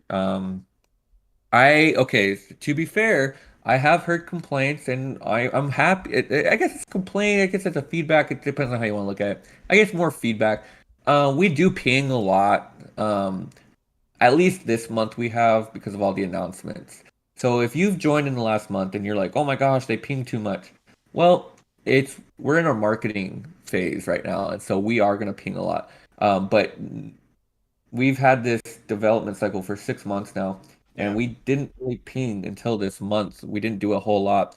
In fact, it was so quiet sometimes that people would ask if we were still working on it.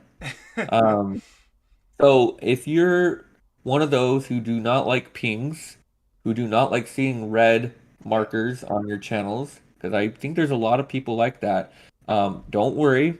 We're almost done. However, and this is known about me as a dev leader. If you're on the team, you will be pinged, whether it's PMs or announcements. And I know there's some dev members that do not like that I do it, but for me, there's so many things that are going on. If I don't ping, I'm not doing my responsibility of communicating. And if I did not ping, I then hear, well, I didn't see that. Well, I didn't hear that. Well, that's why I ping you. So if you're on the team, as you know, you get pinged. But if you just mute it and come back to it in your own time, that's probably the best thing. But as far as public is concerned, Friday. So, and here's the Oppida, by the way. I finally found it. Yeah, it looks awesome. It's on the full screen now. You can see the sort of Iron Age, sort of 2-tier hill fort. It's really cool. So is that second gate? Is that second gate one that you have to knock down with rams, or is that just open? Nope. No, Nope, so you just go through it. And I honestly wish we could make it like a second siege. That'd be so cool, but I can only imagine the difficulties of trying to get your siege ram Yeah. through the gate and up this hill and fine like that. Yeah. So it would take some serious effort. It would either so one or two things. It's either just not possible for an enjoyable experience, or it would take a considerable amount of effort to make it possible. But yes, I would love it if troops could fire off of this wall and this wall, Yeah. and if the towers of this wall could fire as well. Fire Like as if it could well. be Yeah. like a settlement, Yeah. that would be really cool. But um, very, very, very difficult undertaking, I'm sure. And if we were to ever do it, like I said, it would have to be somebody that joins specifically to do that, because the rest of us just do not have the time or knowledge to be able to do it. So, but as far as aesthetics, I think it is a massive overhaul and upgrade compared to what we had in vanilla, kind of like you Yeah. said at the beginning. Yeah, cool. Just a note, guys. The stream has slightly slowed down a little bit again, but it's coming back, so it's fine. Should be okay. Um, but yeah, like you were saying on the on the two-tiered system, yeah, it does look really cool. It's such a cool new design, and that's going to make the AI, I'm hoping anyway, a bit smarter in defense and a lot harder to take some of these barbarian settlements. I think looking really cool. Shall we move slightly on then to sort of Yep. the roadmap? Because we've not talked about the roadmap yet. We've not talked about going forward yet. What you guys have planned and the timescales and that sort of thing. Obviously, we've got to get this first update out the way. That's first.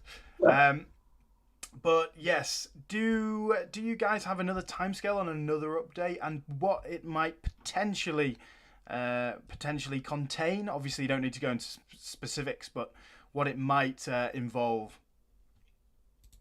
So I can speak as far as 060. Yeah. Um, Past 060, I can give a rough idea. But as far as like expectations, I'm not gonna put Mm. anything specific, or I'm not gonna like drive home a point, because with our team and with me, I mean, gotta be honest with myself, I change my mind a lot.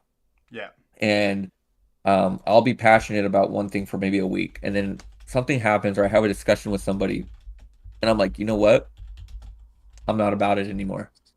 And I know it's to the irritant of my teammates. They do not like that. I change my mind like that. But um, I'm always batting ideas around my head. It Yeah. is a constant every day, just thinking about what's next, what should we do, and then I'm always pinging everybody like, what should we do here, what should we do there, and people are like, why are you thinking about this now? You know, it's Yeah. like it's just kind of like how I operate Yeah. though. So because of that, it's not fair to the public for me to say specifically past our next version Yeah.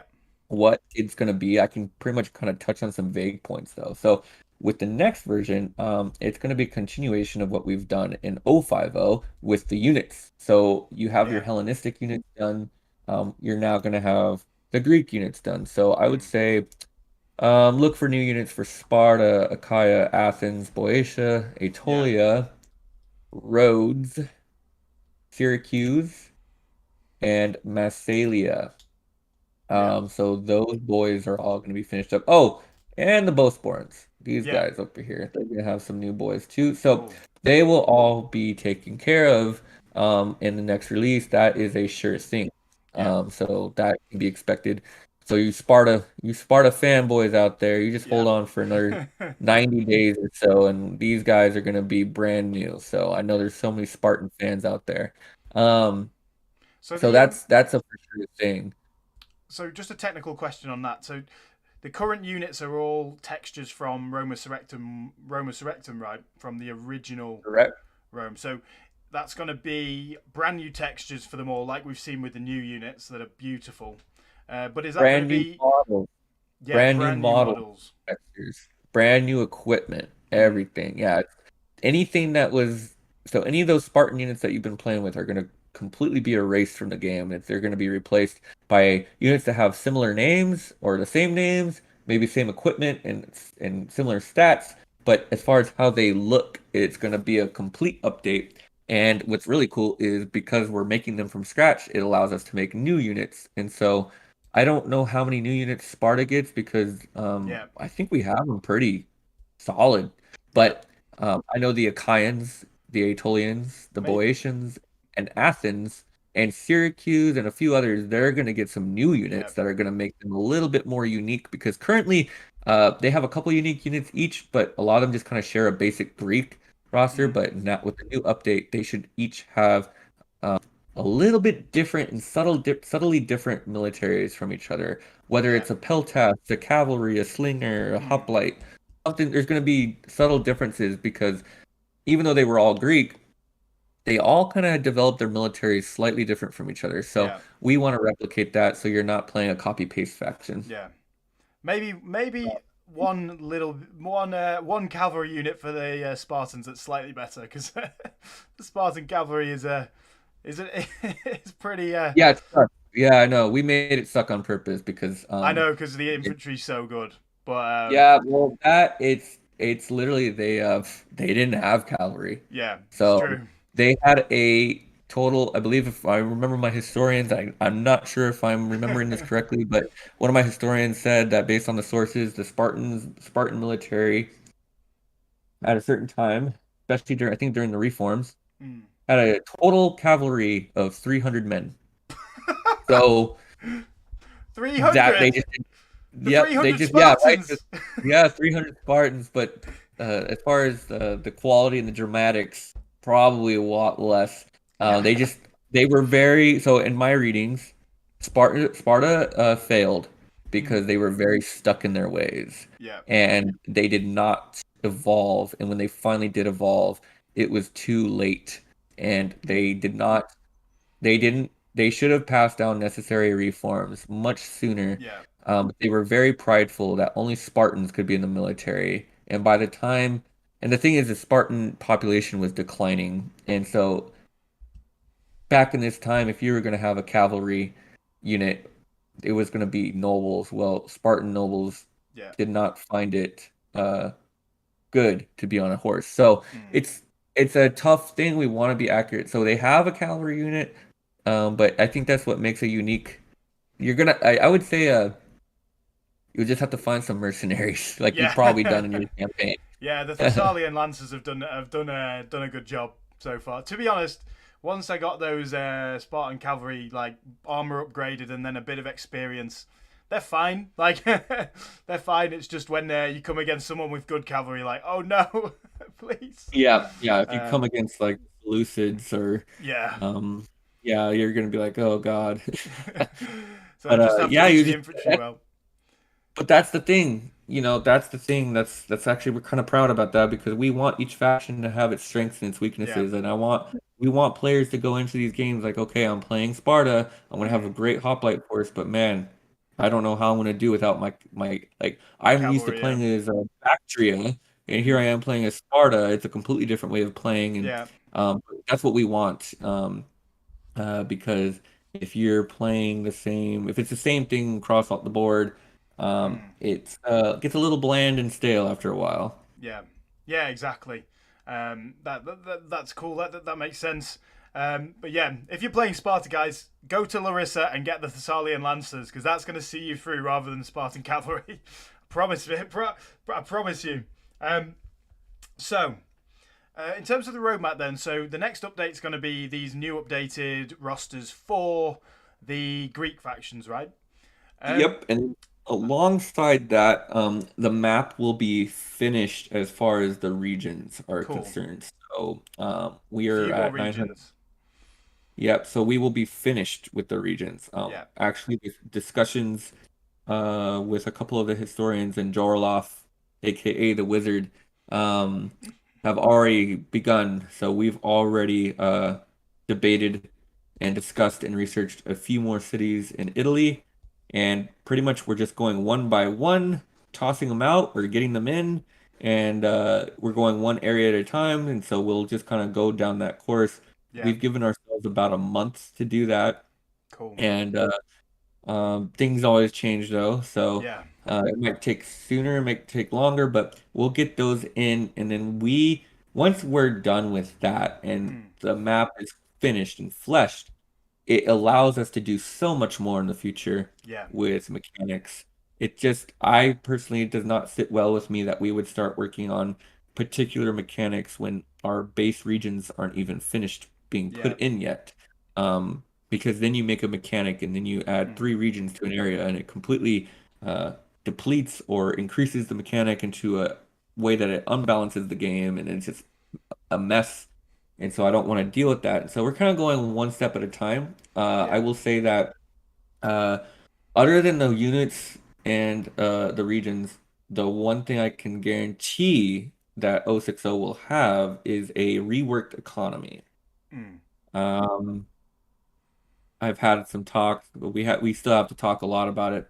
Yeah. So I won't get into extreme details with this, but basically, when you take a map or a mod that was geared for 230 regions, Yeah.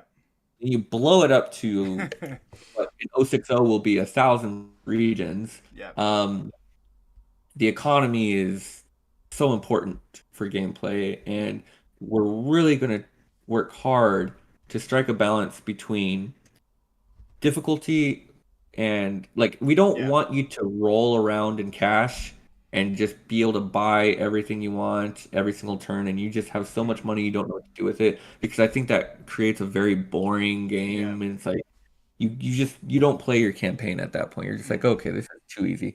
But we also don't want you to start off and you're, so massively in debt and that you can't train your troops and you can't Mm. build your buildings and then everybody's attacking you and what do you do? Um, Especially like as a Seleucids or Carthage, which are which in 050 will start in a deficit. I think we've got it to a manageable deficit, but Yeah. that's besides the point. I mean, the point is like we want to rework, we want to do the research and understand Mm. how Rome Total War, Rome Remastered works under the hood when Yeah. it comes to fertilities, population sizes, w- making settlements grow. So like we have the opportunity to modify when settlements can be upgraded. So like in vanilla, if you want to go from a town to a large town, you need 2,000 pop. Well, what if we Yeah. played around and we made that 4,000 pop? Mm. Uh, there's so many cities. We want to differentiate the cities from each other. We want maybe there will be some large and huge cities like Athens and Carthage, and then maybe some of these others will be villages and Yeah. towns, and you have to develop them. So we want to do that. We want to do it right. Trade, farming, Mm. corruption and law, Yeah. happiness, the culture mechanic, which is the barbarian invasion religion mechanic. There's a lot, and so we've spent so much time on the map on new units and then adding these factions. We have not spent a lot of time on okay, how does the game work and how are we going to make this a fun, intriguing experience that a player can enjoy the first 30 turns, but he can Yeah. also enjoy up till turn 100 and beyond. We Yeah. want long-lasting campaigns where it's like, Mm. wow, like I'm still needing to be smart with what I spend, even Yeah. though I own all of Greece. Yeah. You know, it's one of those things where it's like I have to be smart with I spend, but then if I conquer 10 settlements, oh, I can just do whatever I want. Yeah. No, because then you kind of get bored. You need a mid game and a late game challenge. Mm. And I'm sure you've noticed in your Spartan Yeah. campaign, you get to a certain point and you're just like, okay, I know inside my head I could probably roll anybody right now. And we want you to be able to say, well, I can't roll this guy just yet.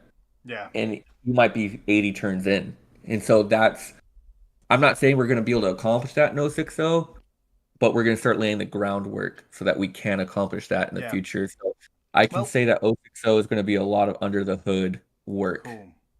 Well, honestly, I think you've already kind of laid the groundwork because I said this to Tone as well. One of the best things that I personally think about the mod is that continued challenge. Um, like, for example, Carthage took out Rome eventually, was very, very hard to take out Rome. But then the Aravaci just suddenly just kicking our asses on the other side of our empire. And I'm going, Uh-huh. but I've got about 5 full stacks in Rome. I'm going to have to ferry these guys back across. But even the Yep. Sparta campaign, where we've probably been the predominant power for, I don't know, it's hard to say, 40 turns or so. and even then, it's still challenging. I'm still losing battles. I'm still struggling to fill out the front lines. And there was a point. We've probably just passed the money snowball now, and that's pretty much at the end of the campaign. So I think the money snowball's pretty in check. We got to a point where we were hovering around 100,000, and I thought we'd hit the money snowball probably around episode 25, and then suddenly I recruited 3 more full stacks, and my money was plummeting. And I think there was a couple of turns where we didn't have enough money to build everywhere, which was like, it was like, wow, the money snowball didn't happen. So I think you've already kind of laid the groundworks for that challenge, and that continued challenge through the game. Well, thank you for that,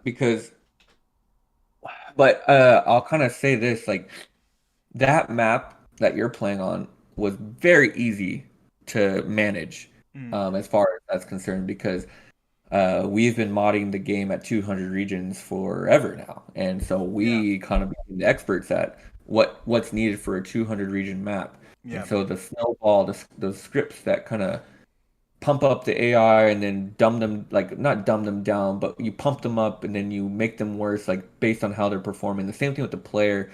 As you get stronger, snowball is hit where it's an inflation mechanic, and it's a realistic thing, because like as these kingdoms got stronger and more powerful, yes, they had a ton of income, but the corruption and just how things were working, I mean, you could lose a lot of money. So we did that quite well, implementing the RS2 mechanics. But and this is what we've actually been working on recently, is getting that to work on this map with this many factions, with this many regions. It is a whole nother animal. And so we feel like we've gotten it pretty good for this release.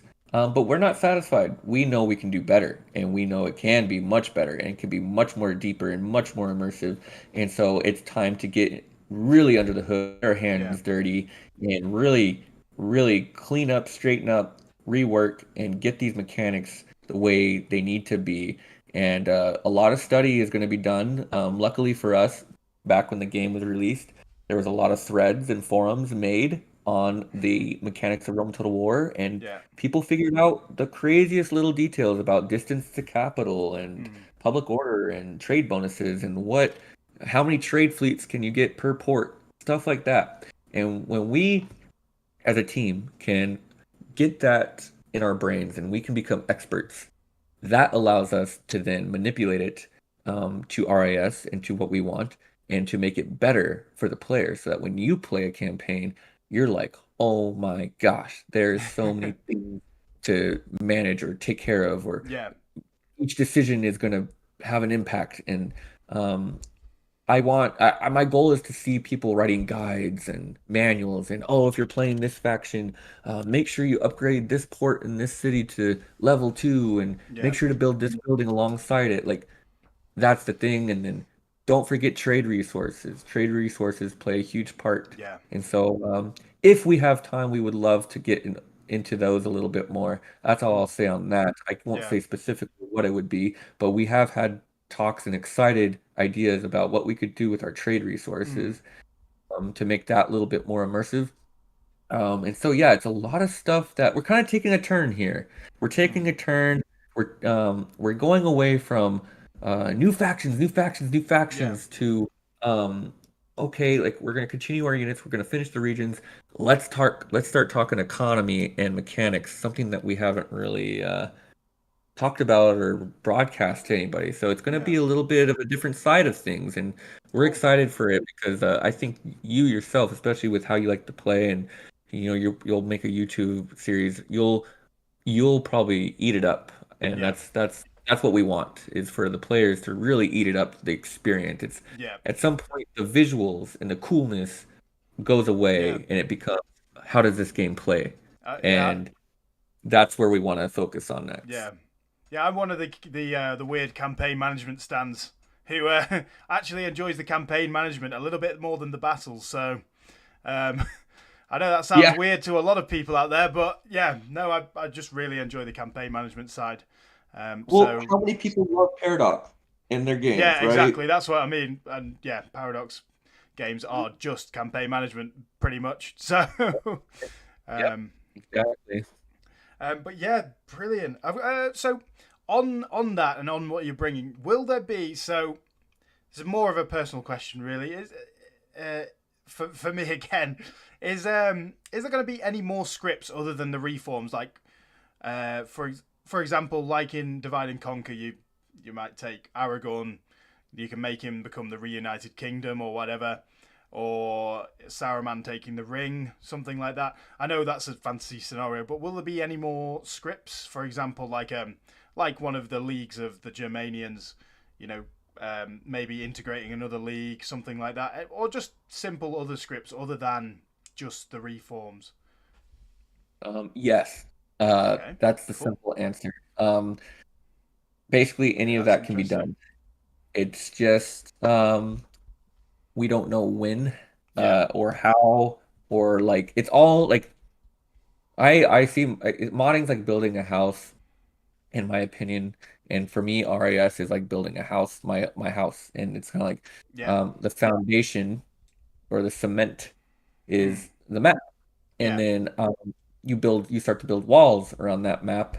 yeah, And for me, that's like the factions and the units, mm, just like the basic stuff. And then you start getting into the plumbing and the air conditioning and mm, uh, the electric, and that's kind of like where you get into the mechanics. But then you start getting into the design, yeah, and personally, my job outside of, modding's not my job. So my job in life is I work in retail with furniture and mm, interior design. And so, people build homes all the time. They come to us to buy furniture and to make their yeah, house look pretty.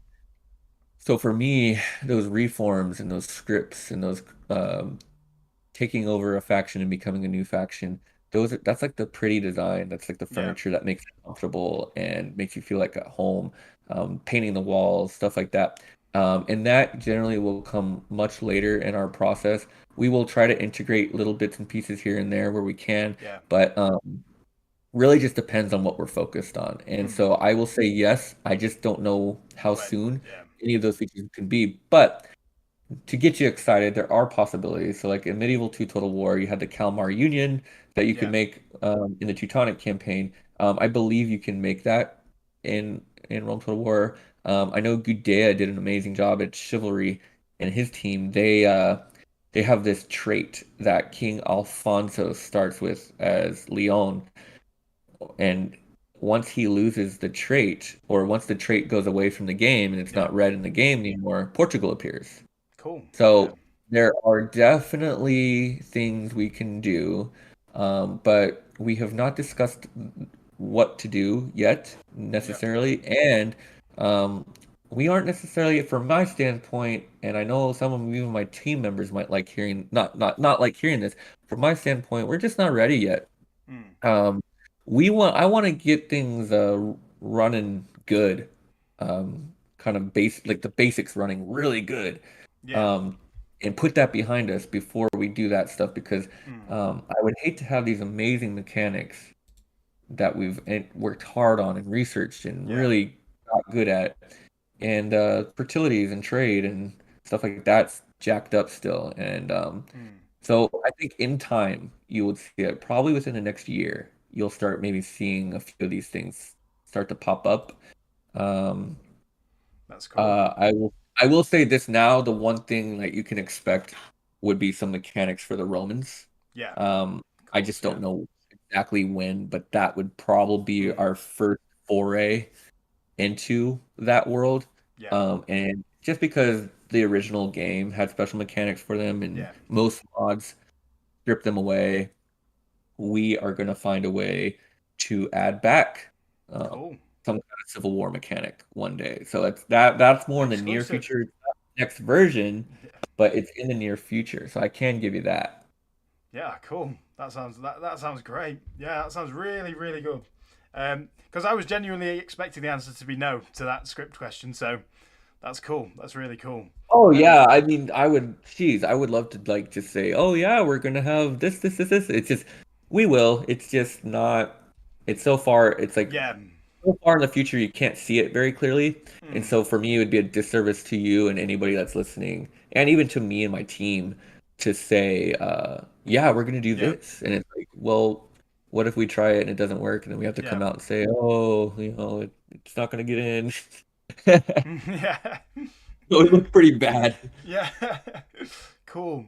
So I've just got a couple more sections, probably one more section and then one last question before we can turn the questions over to the lovely, glamorous audience. Um, Off. and the first one's on the AI. So have you made changes to the AI? Have you made many changes to the AI? Or is it Oh, are you talking battles? Are you talking campaigns? both? Both. Both? I'll speak on battles briefly. Yeah. Not my not my expertise with battles.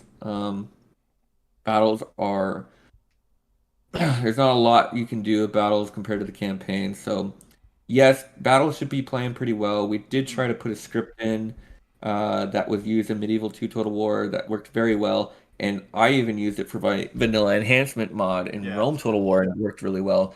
But because Feral really fixed up a lot of AI issues, and Yeah. they did some stuff. It doesn't go well with the script, and it made things really weird. Mm. So we did not include that, but unit behavior and formations, AI formations, which can dictate unit behavior, um, are new or overhauled, and they Cool. work pretty darn well. We have not really had a lot of negative feedback at all from our beta testers as far as battles are concerned. I think for you, there's probably not going to be a huge difference from 040. Yeah. Um, but there is going to be some subtle differences. And I will say this, and I feel bad saying this, but you showcased all the units, and we hadn't updated the stats yet. Oh, right. And so you're going through these units, and you're like, yeah, I'm not sure if this one's better or worse. They kind of have the same stats. And I'm just like watching on my couch. I'm like, oh God, like, good. So, just a couple nights ago, Mosca and I went through and we kind of tiered out Yeah. all those Greek units, and so Cool. you do not have three swordsmen on Egypt that are the exact same stats. Mm. You have like a normal tier, a higher tier, and a elite tier now. So Cool. you feel free when on your free time to go check them out, see Oh, like, oh, okay, now I understand their roles. So it was yeah. like, but so yeah, so battle AI, you're gonna have I think each faction kind of has its tiers of units, and so you should be pretty good there. And then as far as the AI in the campaign, goodness, um, we're coming off a week or two of consistent changes and play testing, and Yeah. we were kind of obsessed with Rome and Carthage, fighting it out on Sicily, and Syracuse was too strong. Now Syracuse is too weak. Now Rome is too weak. Now Carthage is too strong. Trying to balance those three factions out, so it's like Yeah. the goal is to have like Carthage or Rome win 75% of the time. Mm. Maybe Syracuse every once in a while Yeah. starts getting powerful, but we want history to not be a box and scripted, Yeah. but we don't want it to completely be the opposite of what it was. So like Yeah. we want a strong Rome. Mm. I think we have a mechanic in place. I don't know if you encountered this mechanic in your campaign, but we do have a mechanic in place where there's emergency armies for the Romans. Yeah. Um, Yeah. Was the one for the Antigonids as well? yeah, that's my job today and tomorrow to get the other factions in. So So there's emergency armies and like garrison scripts. yeah. So certain cities and capitals, be mindful for you players out there. If you see Yeah. the Skordisky capital and there's only one unit in it and you're gonna go in and take it, uh, be a little bit more careful. Yeah. There's a reserve force that's going to be called up because they're protecting their homelands, and so there is that. Basically, it's for twofold. It's to give you the challenge as a player, and it's also to make sure that there isn't an AI faction that just kind of blitzes through the map and Yeah. conquers everybody. It's pretty good right now. Our latest tests, nobody really seems to be overperforming, and nobody really seems to be underperforming. Obviously, we really want Rome to be the big bad wolf of the Mm. game, Yeah. kind of like how they were in vanilla. Yeah. It took 4 factions to make Rome the big bad wolf in vanilla, though, and people have to understand that. There was a I believe there was a conscious choice to make them 4 factions Yeah, just to force them to conquer the world. yeah, And it's hard to do that with one faction because they want to go in a certain direction. mm, And so they either want to go to conquer all of Italy, or they go for Sicily only, or sometimes they get a little crazy and they go for Corsica and Sardinia. And yeah, next thing you know, they're getting their butts kicked in Sicily by Carthage, but they're so busy in Epeiros. It's like, what are you doing? yeah, Like, but you can't really control that. We try not to get too invested in that. mm, But as the player, you will find a you will definitely find a challenge. The AI has bonuses given to them. They have a little bit of an easier time when it comes yeah, to money, public order. So they will be more set up and aligned with themselves so that they can focus on you. So I just don't know how challenging it's going to be. We're eager to see yeah, what people say. And if we have to tone it down, we will. If we have to tone mm, it up, we will. But that's kind of the AI and the campaign, yeah, and with all the factions, it should be pretty interesting. And then I will say this is getting really nerdy, but I think for you, you can appreciate it. So the rebels. yeah, We tried multiple things with the Rebels. There's a mod out there called Rome Total Realism Platinum Edition, and the Rebels have almost full stacks like you're seeing here in yeah, Atria. I believe it's about 10 units. Uh, and they'll just stay there. yeah, And they become very tough to take. mm, And that's what we wanted. And so we added that. But what was happening is the Rebel guys, they were vacating the entire settlement except for one unit, and then they were kind of yeah, lazily controlling the border. And then as a player, you just exploit that. You just like you would walk in, you take it, and sometimes the army can't get back to you in time, or yeah, they don't care, and they just let you take their settlement. So next thing you know, you have a new settlement with a big rebel army patrolling your lands, and you can just mm, ignore them for the most part. Um, we were getting so sick and tired of that because it takes away the challenge, and so we have a little feature where these generals that are in charge of these garrisons cannot move. And we had to mess around with the movement points a bit, but cool, these guys will stay in. So these rebel settlements are not going to be easy to take. yeah, And we wanted it that way because honestly, when you're just consistently going and taking settlement after settlement after settlement, it's a little bland, and we want you to be able to think before you attack. yeah, So there is that little bit there. So I think that would probably be it as far as this version, as far as AI is cool, concerned. Another concern of ours was Parthia.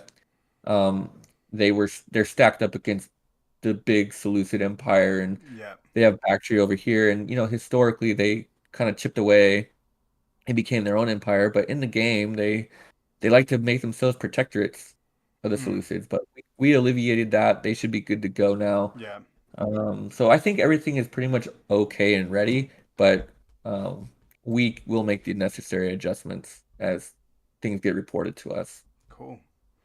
Yeah, cool. That all makes sense. Yeah, I believe so. The units, the places that I've fought, I believe I fought an Antigonid Doomstack when I sieged down Pella in the Sparta campaign. If that's They appeared out of nowhere, right? They were just in the city, I believe. Oh, that's right. That's right. Yeah, See, gosh, I don't even know our own mechanics that well. Yes, that's right. They get spawned inside the city. yeah, and I didn't fight a Roman one as Sparta, but I did fight a Roman one as Carthage, which was pretty tough. I'm pretty sure anyway. Can't really remember the Carthage campaign too much. But yeah, fighting Rome as Carthage is brutal. Is absolutely brutal. They are hard to take on. Well, But yeah, it's gonna be even more brutal because they have even more settlements to take now. yeah, So. yeah, exactly. Fantastic. Well, so we've gone through the AI. So there's just one last thing to ask you before we turn it over to everyone in the chat. What? So if you got to the end point, you get to an ideal world where everything is finished. I asked this to Tone as well. So when everything is finished, what will RTR look like? Well, RTR Imperium Surrectum, sorry. I'll probably be in a wheelchair and be 75. And, other members would have maybe passed on from this life, and we'll have a complete new set of kids helping us. And yeah, I'll just at that point be a spokesperson. No, I don't know. I had a dev team member ask me a couple weeks ago, "What's the end goal? Like, what are we shooting for?" And I'm just like, "Do you want me to write a book for you, or do you want the simple answer?" Because I just don't know. I can't, and it's just so hard. It's like our goal is to be the best Total War mod out there, Yeah. and whatever it takes. And so, getting into specifics, I mean, we want more factions, we want more regions, we want more mechanics, we want more units, Yeah. we want more buildings, we want more. It's just more, more, more. Um, but the thing is, if you're adding and adding and adding, and you're not refining, uh, it's not that great of an experience. And so that's like why the next version is going to be focused on refining things and tinkering with things. But yeah, at the end of the day, I mean, there's no timeline for this, right? I think putting Yeah. a timeline, even a dev cycle, you put a timeline, it really puts pressure on the devs. Yeah. We did not enjoy necessarily a 6 month dev cycle, and we will never do a 6 month dev cycle ever again. Yeah. Um, it was necessary for the map, but we're not doing it again. They're going to be 90-day dev cycles. So good news for you and the other people are every 3 months or so you'll have a new fresh version. Yeah. But um, there is no timeline for this. It's pretty much we're just going to keep going, and we're going to keep going, and we're going to keep going. I've been modding for 10 years now. Life happens. People get married. People have Yeah. kids. People have career changes. They move. There's deaths in the family, financial burdens. People are going to come and go. I know for me, as long as I have free time and the burning passion in my heart for this, Yeah. RES will be alive. And if for whatever reason I lose it or I can't do it, I would find somebody um, who could take it on and continue it. Like the last thing I'd want is for RES to go away or to die out. And so it will continue. But there is no timetable for it, and I don't think there should be for Yeah. a modding project like this. We do not have the pressure of a corporate company that has deadlines Yeah. and has a budget and stuff like that. Um, we have our own time and our own passion, and the only limitations is the game itself. So um, I would expect a lot of good things to come. Every 3 months, we'll have a new version. It'll be really cool. Awesome. And it'll just keep growing Yeah. organically. I think that's the best way to do it. I better play the Seleucids pretty quickly then. After, Yeah, after the yeah. update. Well, you better get on with that campaign starting Friday morning, and Yeah. Exactly. we'll just see how far you can get. I mean, when Yeah. you said you're playing the Seleucids, I was like, God have mercy on his soul. Yeah. Like we hope that you can manage the financial situation. We shall Little see. tidbit for the fans out there: we were once the Seleucids were once negative 60,000 per turn, Yep. I remember loading them and in on that, and I was like, yep. And we have gotten that down through some anti-corruption mechanics. And that's what actually that drains a lot of these big Yeah. factions of money is corruption. Through some anti-corruption mechanics, we have got it down to negative 13,000, and you start with 10,000. So if you just know how to manage your settlements and your farms and your taxes and your diplomacy Yeah. correctly, you should not have that big of an issue. But We'll see. I will say this. Rex Basiliscus, our Seleucid expert, has on the record, I think in a live stream interview with the Terminator, saying that playing as the Seleucids and his latest betas have been some of the best Total War experiences of his life. Awesome. Cool. So I'm gonna trust him on that. That's Yeah. some bold It's my words favorite. from a dad. It's my favorite faction as well, so double good for me. Like. Well, I definitely will. I will take the time to watch your videos on them, and just know that we have an open ear. So Yeah. if you know that there's something that just like, hey guys, like this is an issue, let us know because that's gonna be our focus on the next Yeah. version anyway. So we would love to clean up anything that you find, and that goes for anybody that's playing. Please join a Discord, give us your thoughts. We're not going to necessarily agree with everything that you say. We're Yeah. not going to necessarily do everything that you want, but we will hear you and we will consider the ones, especially when it's a very, very valid point. And maybe it's something that we've thought of itself, but if it starts popping up with players a lot, that kind of rushes it up the priority list. Yeah. Okay, cool. Awesome. So, we'll move on to questions from the audience. Now, so you guys who are watching, there's obviously a little bit of a delay.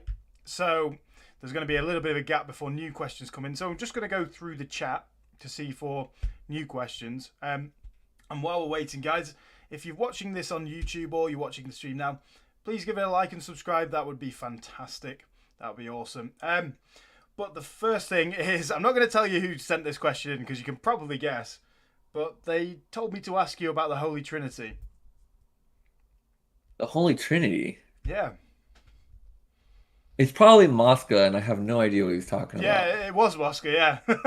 Well, Mosca, see, he has okay, so the thing about Mosca, he has so many little things, like little sayings and little names. And I can't keep up with him sometimes. And he's also like our emoji king. And so it's like it's really hard. The Holy Trinity, I think it has something to do with Massalos, Maritz, and Jorloff. They're like, I don't know. I honestly don't know. Yeah. That's a great question, and he's gonna have to let me know, and I'll get back to you on that because I have no idea. Right, cool. I'm just going to go through a few of the comments just to we've just passed the 2 hour mark as well. I've just looked at the time. I was like 2 hours. Wow. Yeah, it's right before release. There's so many things to cover. Yeah, exactly. It's fantastic. Right, I'll go down to the bottom and then we'll scroll up in the end.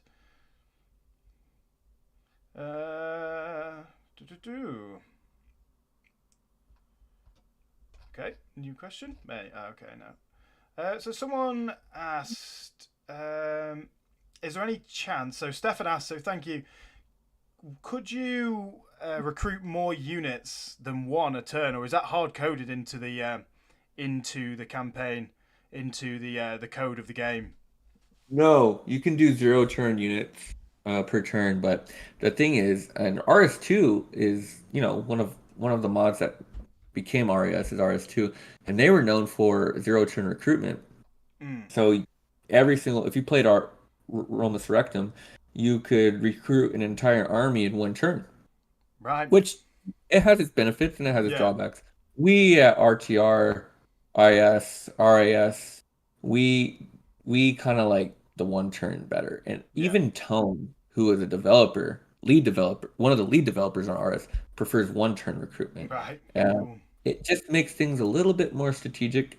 It's one thing to just spam your clicker and I want this army right now. And it's like, no, like you gotta build. You have tons of settlements, so you need to kind of allocate your settlements a little bit better. And I can't imagine, especially with the AI, if they had 0 turn recruitment, you're gonna have like 50.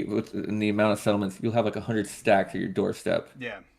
So it'd be big battle after big battle after big battle after big battle. And like at some point, it's like you're just playing a battle simulator and not playing a game.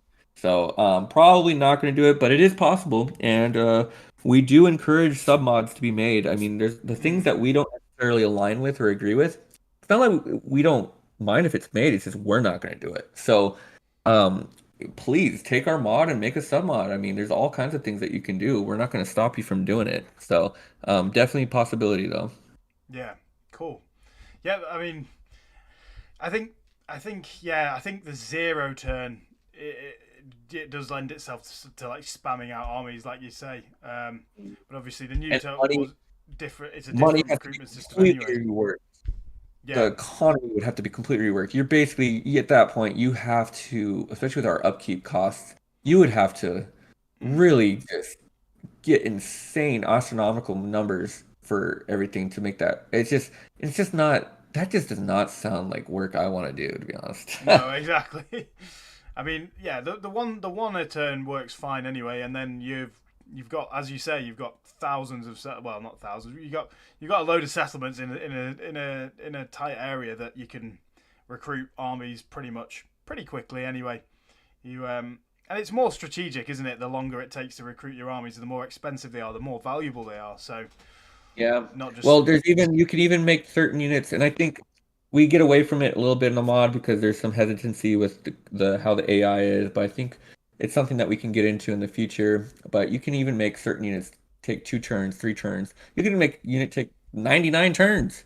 yeah, So like you could have like maybe it was like a super elite unit, but it was mm, super rare and only certain citizens could like maybe the elite Spartan yeah, hoplite, right? You could make that Spartan hoplite take 30 turns, but the thing is, it can only be recruited in Sparta. yeah, So it's like you're gonna take out your capital for 30 turns from recruiting anything. So mm, it's kind of like, ooh, do I make that decision? Like I really need a yeah, unit, but do I have the other cities to recruit other units to make my army? So we're hoping that maybe we can include mechanics like that, where maybe we do certain yeah, units are 2 turns, 3 turns, or 4 turns.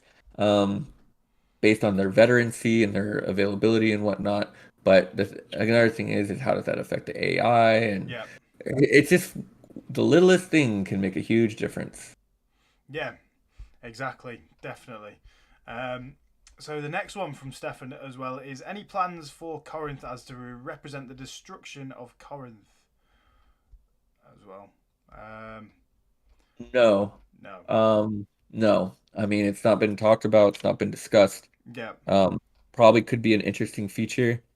Uh, if But that were to ever happen, it'd probably be a script. It'd be an event that pops up, like if you were Rome and you conquered Corinth. Um, Maybe you could have a scripted decision where you could raise it to the ground yeah, and like, maybe all the buildings are destroyed except for like the ones that can't be destroyed obviously, but like maybe all the buildings are destroyed and maybe all the citizens killed, put down to like 400 or so. um and you get like a huge amount of money, but yeah, maybe there's like a faction, there's a coding thing called faction capability where you could by that decision, maybe unrest goes throughout your empire mm, because people across the empire look down upon your decision. So, cool. um, could be a possibility, but no, we have not thought about it yet. Yeah. Okay, cool. There's a lot of questions on new factions which we know we can't go into. So anyone Well, asking any question? you can ask them, and I mean, I can just say like we like they've been mentioned or not. I mean, I'm Um, not afraid to say that so they've been more mentioned or not. Mori has been mentioned. Oh Uh, yeah, I mean, gosh, that's I think if that's Medjay of Fayum, yes, yeah. I have heard your video. I hear you. I hear you, but India is not an easy task. It is not No. a task that many of us necessarily know much about. I would say that if it were to be added, it would be a very big decision. We are not blind to the fact that it existed. We have had discussions on the Morians. It is more of a question of how do you represent the Morians? Yeah. And then people will say, well, just add all of India. Okay, well, then that's a completely different conversation, and it's Yeah. not as simple as that. There's some people on the team that do not want India, and there are some people on the team that do want India, and that's an ongoing conversation. Yeah. And if we were to ever do something like that, it is not in the near future, but is also not in the distant past. That's all I Yeah. can say when it comes to India and the Okay. Morians. And I say that out of respect for Medjay, and I say that out of respect for all of those who are in India who yeah. like the mod and want to see An an Indian Indian faction. culture and faction. So Mm. I will give you guys that much. But as far as what we'll actually do, we have not come to a conclusion yet. So basically, one day you'll see either an announcement that something's being done, or I would have the ability to come out and say we're not doing something. So Yeah. still up in the air. Okay. Cool. Awesome. So I said it again. Another couple of factions that have been mentioned was Nabatai. Or Nabatai. Nabatai. Am I saying that right? Yeah. The Arabian faction. Nabatea, yes. Nabatea. Sorry. Yeah. One of my they're one of my personal favorites. They will be added into this game at some point. When, I don't know. Yeah. Kush. So they will definitely be a faction one day. I'll make sure of it. Yeah. Cool. What about like Kush slash Makuria, like the Ethiopian. Yes, they will also be added at some point. Yeah. It's a desperate need. We're aware of it. Here's the problem when it comes to an India, an Arabia, and a Kush or an Ethiopian faction, let's say. Um, we get it.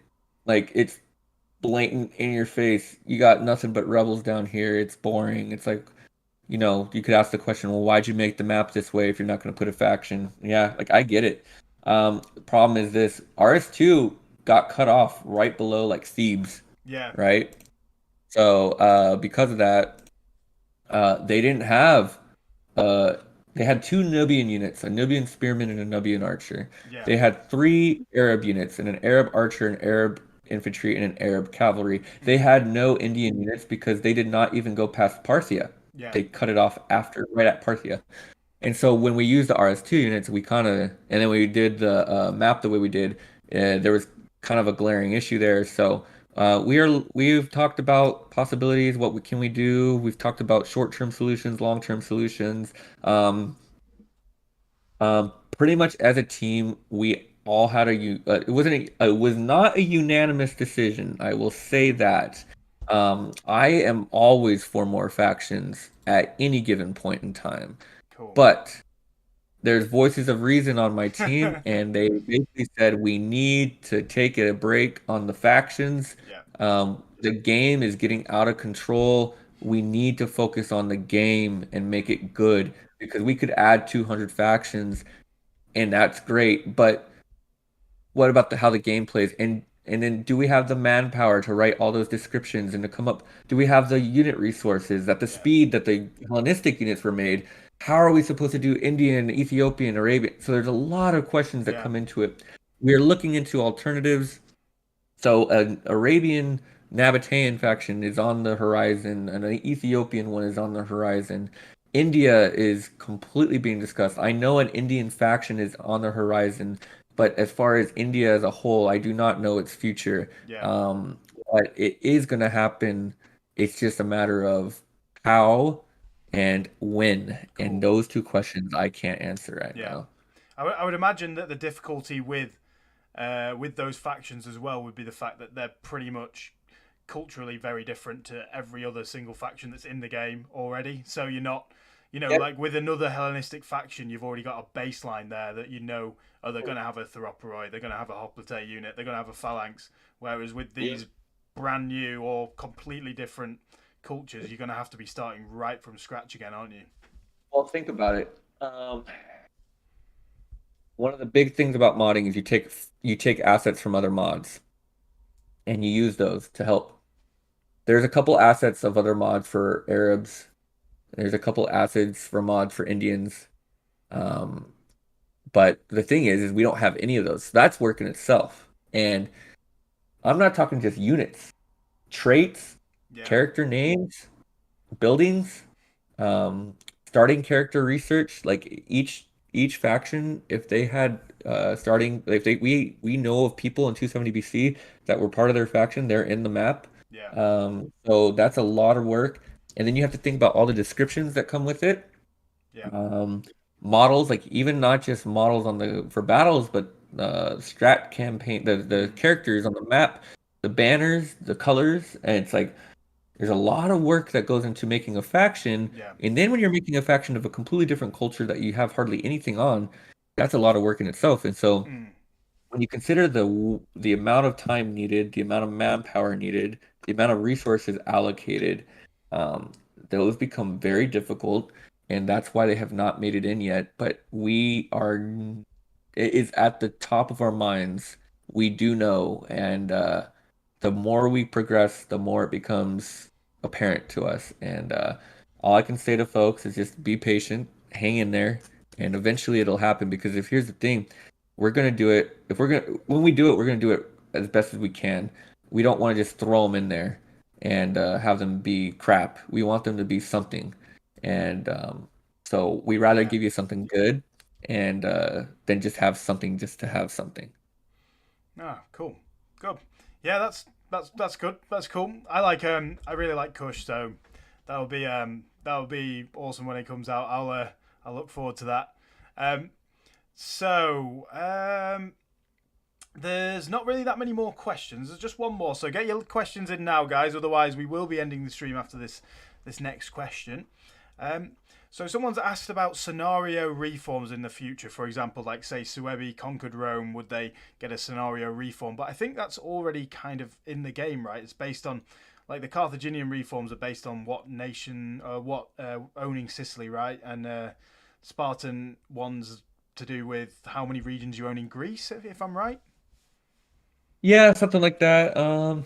Yes, that's definitely going to happen. It just becomes a little tricky because sometimes the AI doesn't follow that scenario, so the Yeah, AI would never get it, and so it's almost like we'd have to come up with two different reform scripts, one for yeah, the AI, one for the player. So as a mm, player, you won't get said unit until you do said action, but the AI, it might be like, okay, by this turn, they're going to get it regardless, even if they're down to one settlement, yeah, just so they can have it. But if I'm maybe he might be going in a different direction with this question, like reform scenarios. Like you could always look at the like the ahistorical or alternative history side of it too. Like, oh, if you're a Celtic faction and you conquer Rome, do you get like Celtic style legions? Um, that's always something fun to think about, but yeah, it is so far from what we're doing right now that I would never close the door on that yeah, because, but that is like a post finished RIS thing. That's like kind of like a yeah, okay, like RIS is pretty much done. We did our job. Um, now let's like you take it once you get into alternative history, it's very slippery. So, yeah, and I know there's probably people on my team that would never even consider going that route. I'm always open to it, but not definitely not this time. But I think there's always room for sub mods that if you're the boy here and you conquer the Romans, you got some boy legionaries. Sure, like I get it. I mean, it's not out of the realms of possibility that it yeah, would have happened if they did that. So, um, I just can't say that we'd ever do it yeah. anytime soon. I think the thing with like with the player is that you're always like likely if you're playing on the right difficulty for your ability, you're likely going to end up being the best, the biggest, the best nation, right? Uh-huh. So you're always going to end up being in a position where you're like, yeah, if we were here, we would have reformed the army and stuff. But it's just always going to happen with the player because they're always going to be in a good situation. Because I mean, ideally, you're better than the AI. So Yep. yeah, I agree with what you're saying. So Well, it's like, I get it. I mean, if you're Numidia and you conquer Carthage, shouldn't you get like kind of like shouldn't you take over like Carthaginian way of doing things? Like empires and kingdoms did that all the time, where a new culture would take over the kingdom, but they would keep the same structures of government and recruitment in place, and the same types of troops would be in place. So, I mean, yeah, you could see a Numidian king ruling over Carthage, and instead of a republic, it would be a kingdom, and it's not like the Libby Phoenicians go away. Like they're still there as people, and it's like they would still be recruited. So I mean, but again, it look how far down a rabbit hole you could go with that. yeah, And um, for me, I avoid it because it just takes so much time and it just becomes very speculative. And at that point, we're getting away from what we're doing.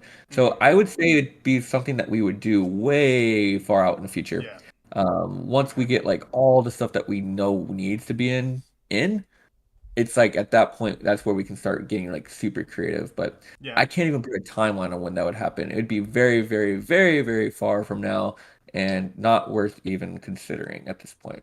yeah, cool. Okay, cool.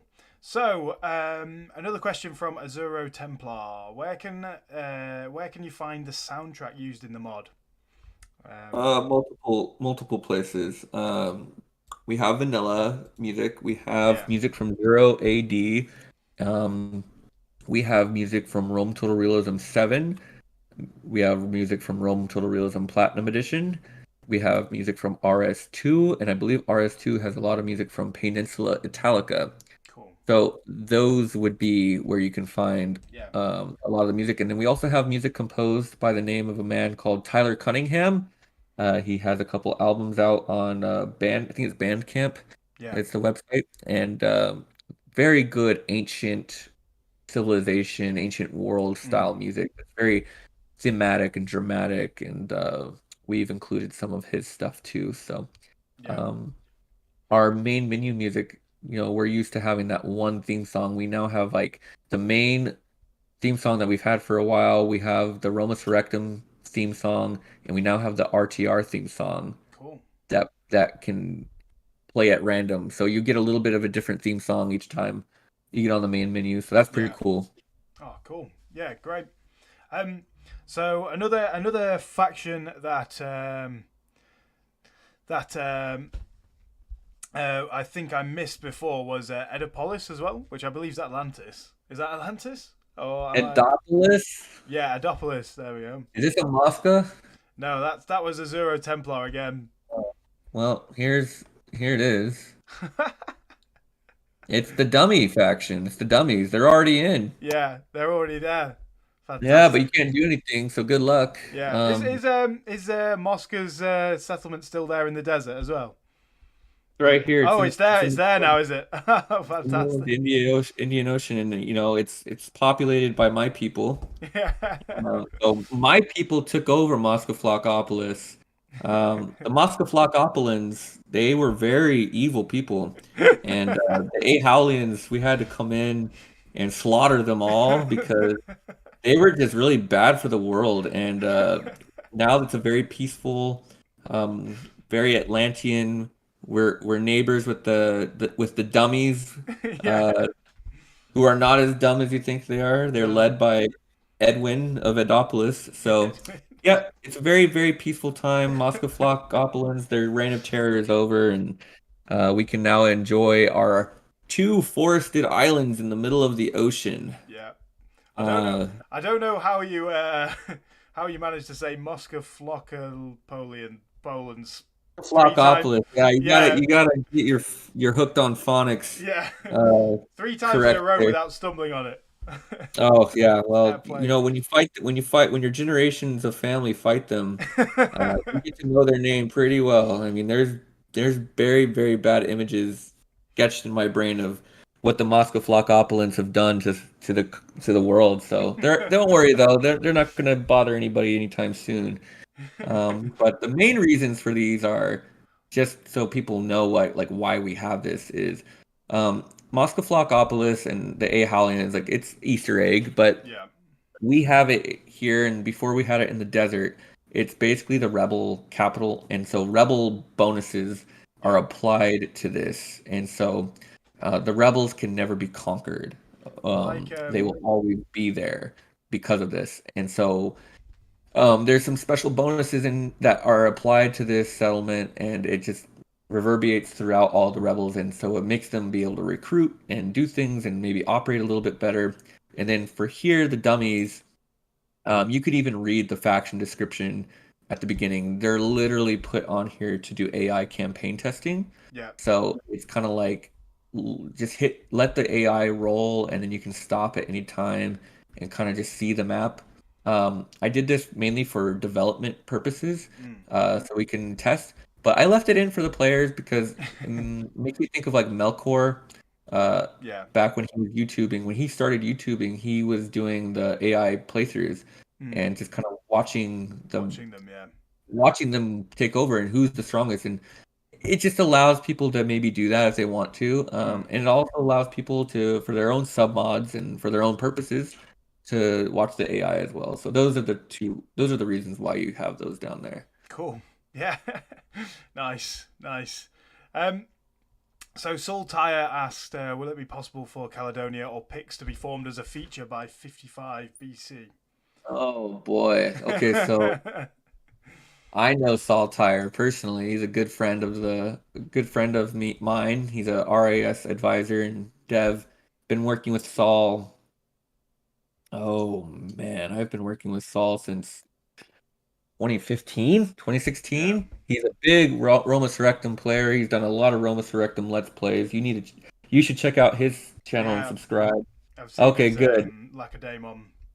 Yeah, he's fun to watch. He plays his way, and it may not be what people want, but he doesn't care, and that's what I love about Saul, and I enjoy watching his videos. But anyways, Saul, to answer your question, You know what? The Caledonians could definitely be a faction one day. You're gonna have to talk to mean old Massalos about that one because he would probably be the one actually because he has our friend Massalos, the historian. He has a soft side for Scotland, so I wouldn't be surprised if we did a Caledonian faction one day. As far as to win, I have no idea, but that would definitely be really cool, especially because Britannia is lacking at the moment. Um, so it would definitely be something that's thrown around. And then I honestly saw if we did that, I would expect you to make a let's play on it, obviously. Yeah. Fantastic. Oh, Girgos asked about more factions. We've gone through a lot of the new factions that are going to be added in, Girgos. So if you just go back a little bit, probably about 15 minutes, we're talking about a lot of the new factions that are going to be coming and what's going to be happening there. I think that's about everything, guys. So I think we'll wrap up the stream now then. So thank you very much, of course, to the mod team and to Ahowl. Thank you for joining me. It's been an absolute pleasure. Oh yeah, it's been a blast. I hope I was able to shed as much light as I can on the mod. Oh, you know what? I'm gonna address one thing real quick. If because I just know it's coming, and I've addressed this in another interview, and I'm gonna address it in the next interview. 4 turns per year. Okay? For whatever reason, I get asked about 4 turns per year all the time, and all I can say is it will be discussed. We don't know. And at the end of the day, if we stick with 2 turns per year, it really does not change that much as far as the game. So anybody that really, really wants 4 turns per year, and let's say we never add it in, it's not that hard. There's a sub mod already on Steam. Somebody I think already put it. Just apply it. It'll be okay. Yeah. I think the reasoning is for character role play, but just to have characters for longer. Yeah, well, yeah, keep them alive, and most of them are in the game for an average of 120 turns, so that should be enough to That's enough get anyway, them right? what you want them to be. 10-star commanders, 10-star management, 10-star influence, whatever. I can just tell you that it's going to be worked on. Yeah. It's going to be talked about, but we can't guarantee it's going to happen. And the last thing I want to mention is Corinthian helmets are not going to be part of the mod. I get it. There's like an affinity for them. 300 Spartans. I understand. They were not really worn at this point in time, and if they were, it was very sparingly by maybe one officer in the army. It's just not worth the time to do it. So I just wanted to kind of shoot those off real quick for anybody, because I feel like I'll be looking at the comments later and somebody's gonna be like, 4 turns per year, is that gonna happen? It's like, oh gosh, here we go again. Yeah, fair enough. Brilliant. Well then, guys, I think that's going to be it for today. So thank you very much for watching. Thank you for everyone who's joined. Thanks to the mod team and Ahowl once again. It's been an absolute pleasure. Been fantastic. Lots and lots of information for you guys to unpack there about the new update and about the mod going forward. So take your pick, and you'll have an absolute fountain of knowledge about what's going to be coming. And I can't wait. And we're only waiting 2 more days now, guys. It's coming on Friday, right? Yep, Friday morning. I'll be asleep in the U.S., but everybody in Europe, you're gonna get it. You're gonna get it in the morning, and I can't wait to wake up to see how everything's going. Yeah, Friday morning then, guys. Fantastic. I can't wait, and I'm sure everyone who's watched this can't wait as well. So thank you very much for watching, guys. Please like and subscribe, all that good stuff. It really does help the channel out. Check out the Discord for the mod down below and the Steam page, ready to click that subscribe button on Friday, or you can subscribe already and get playing it just to get your practice in before the new big mod comes out. And I will see you all, guys, on the next video.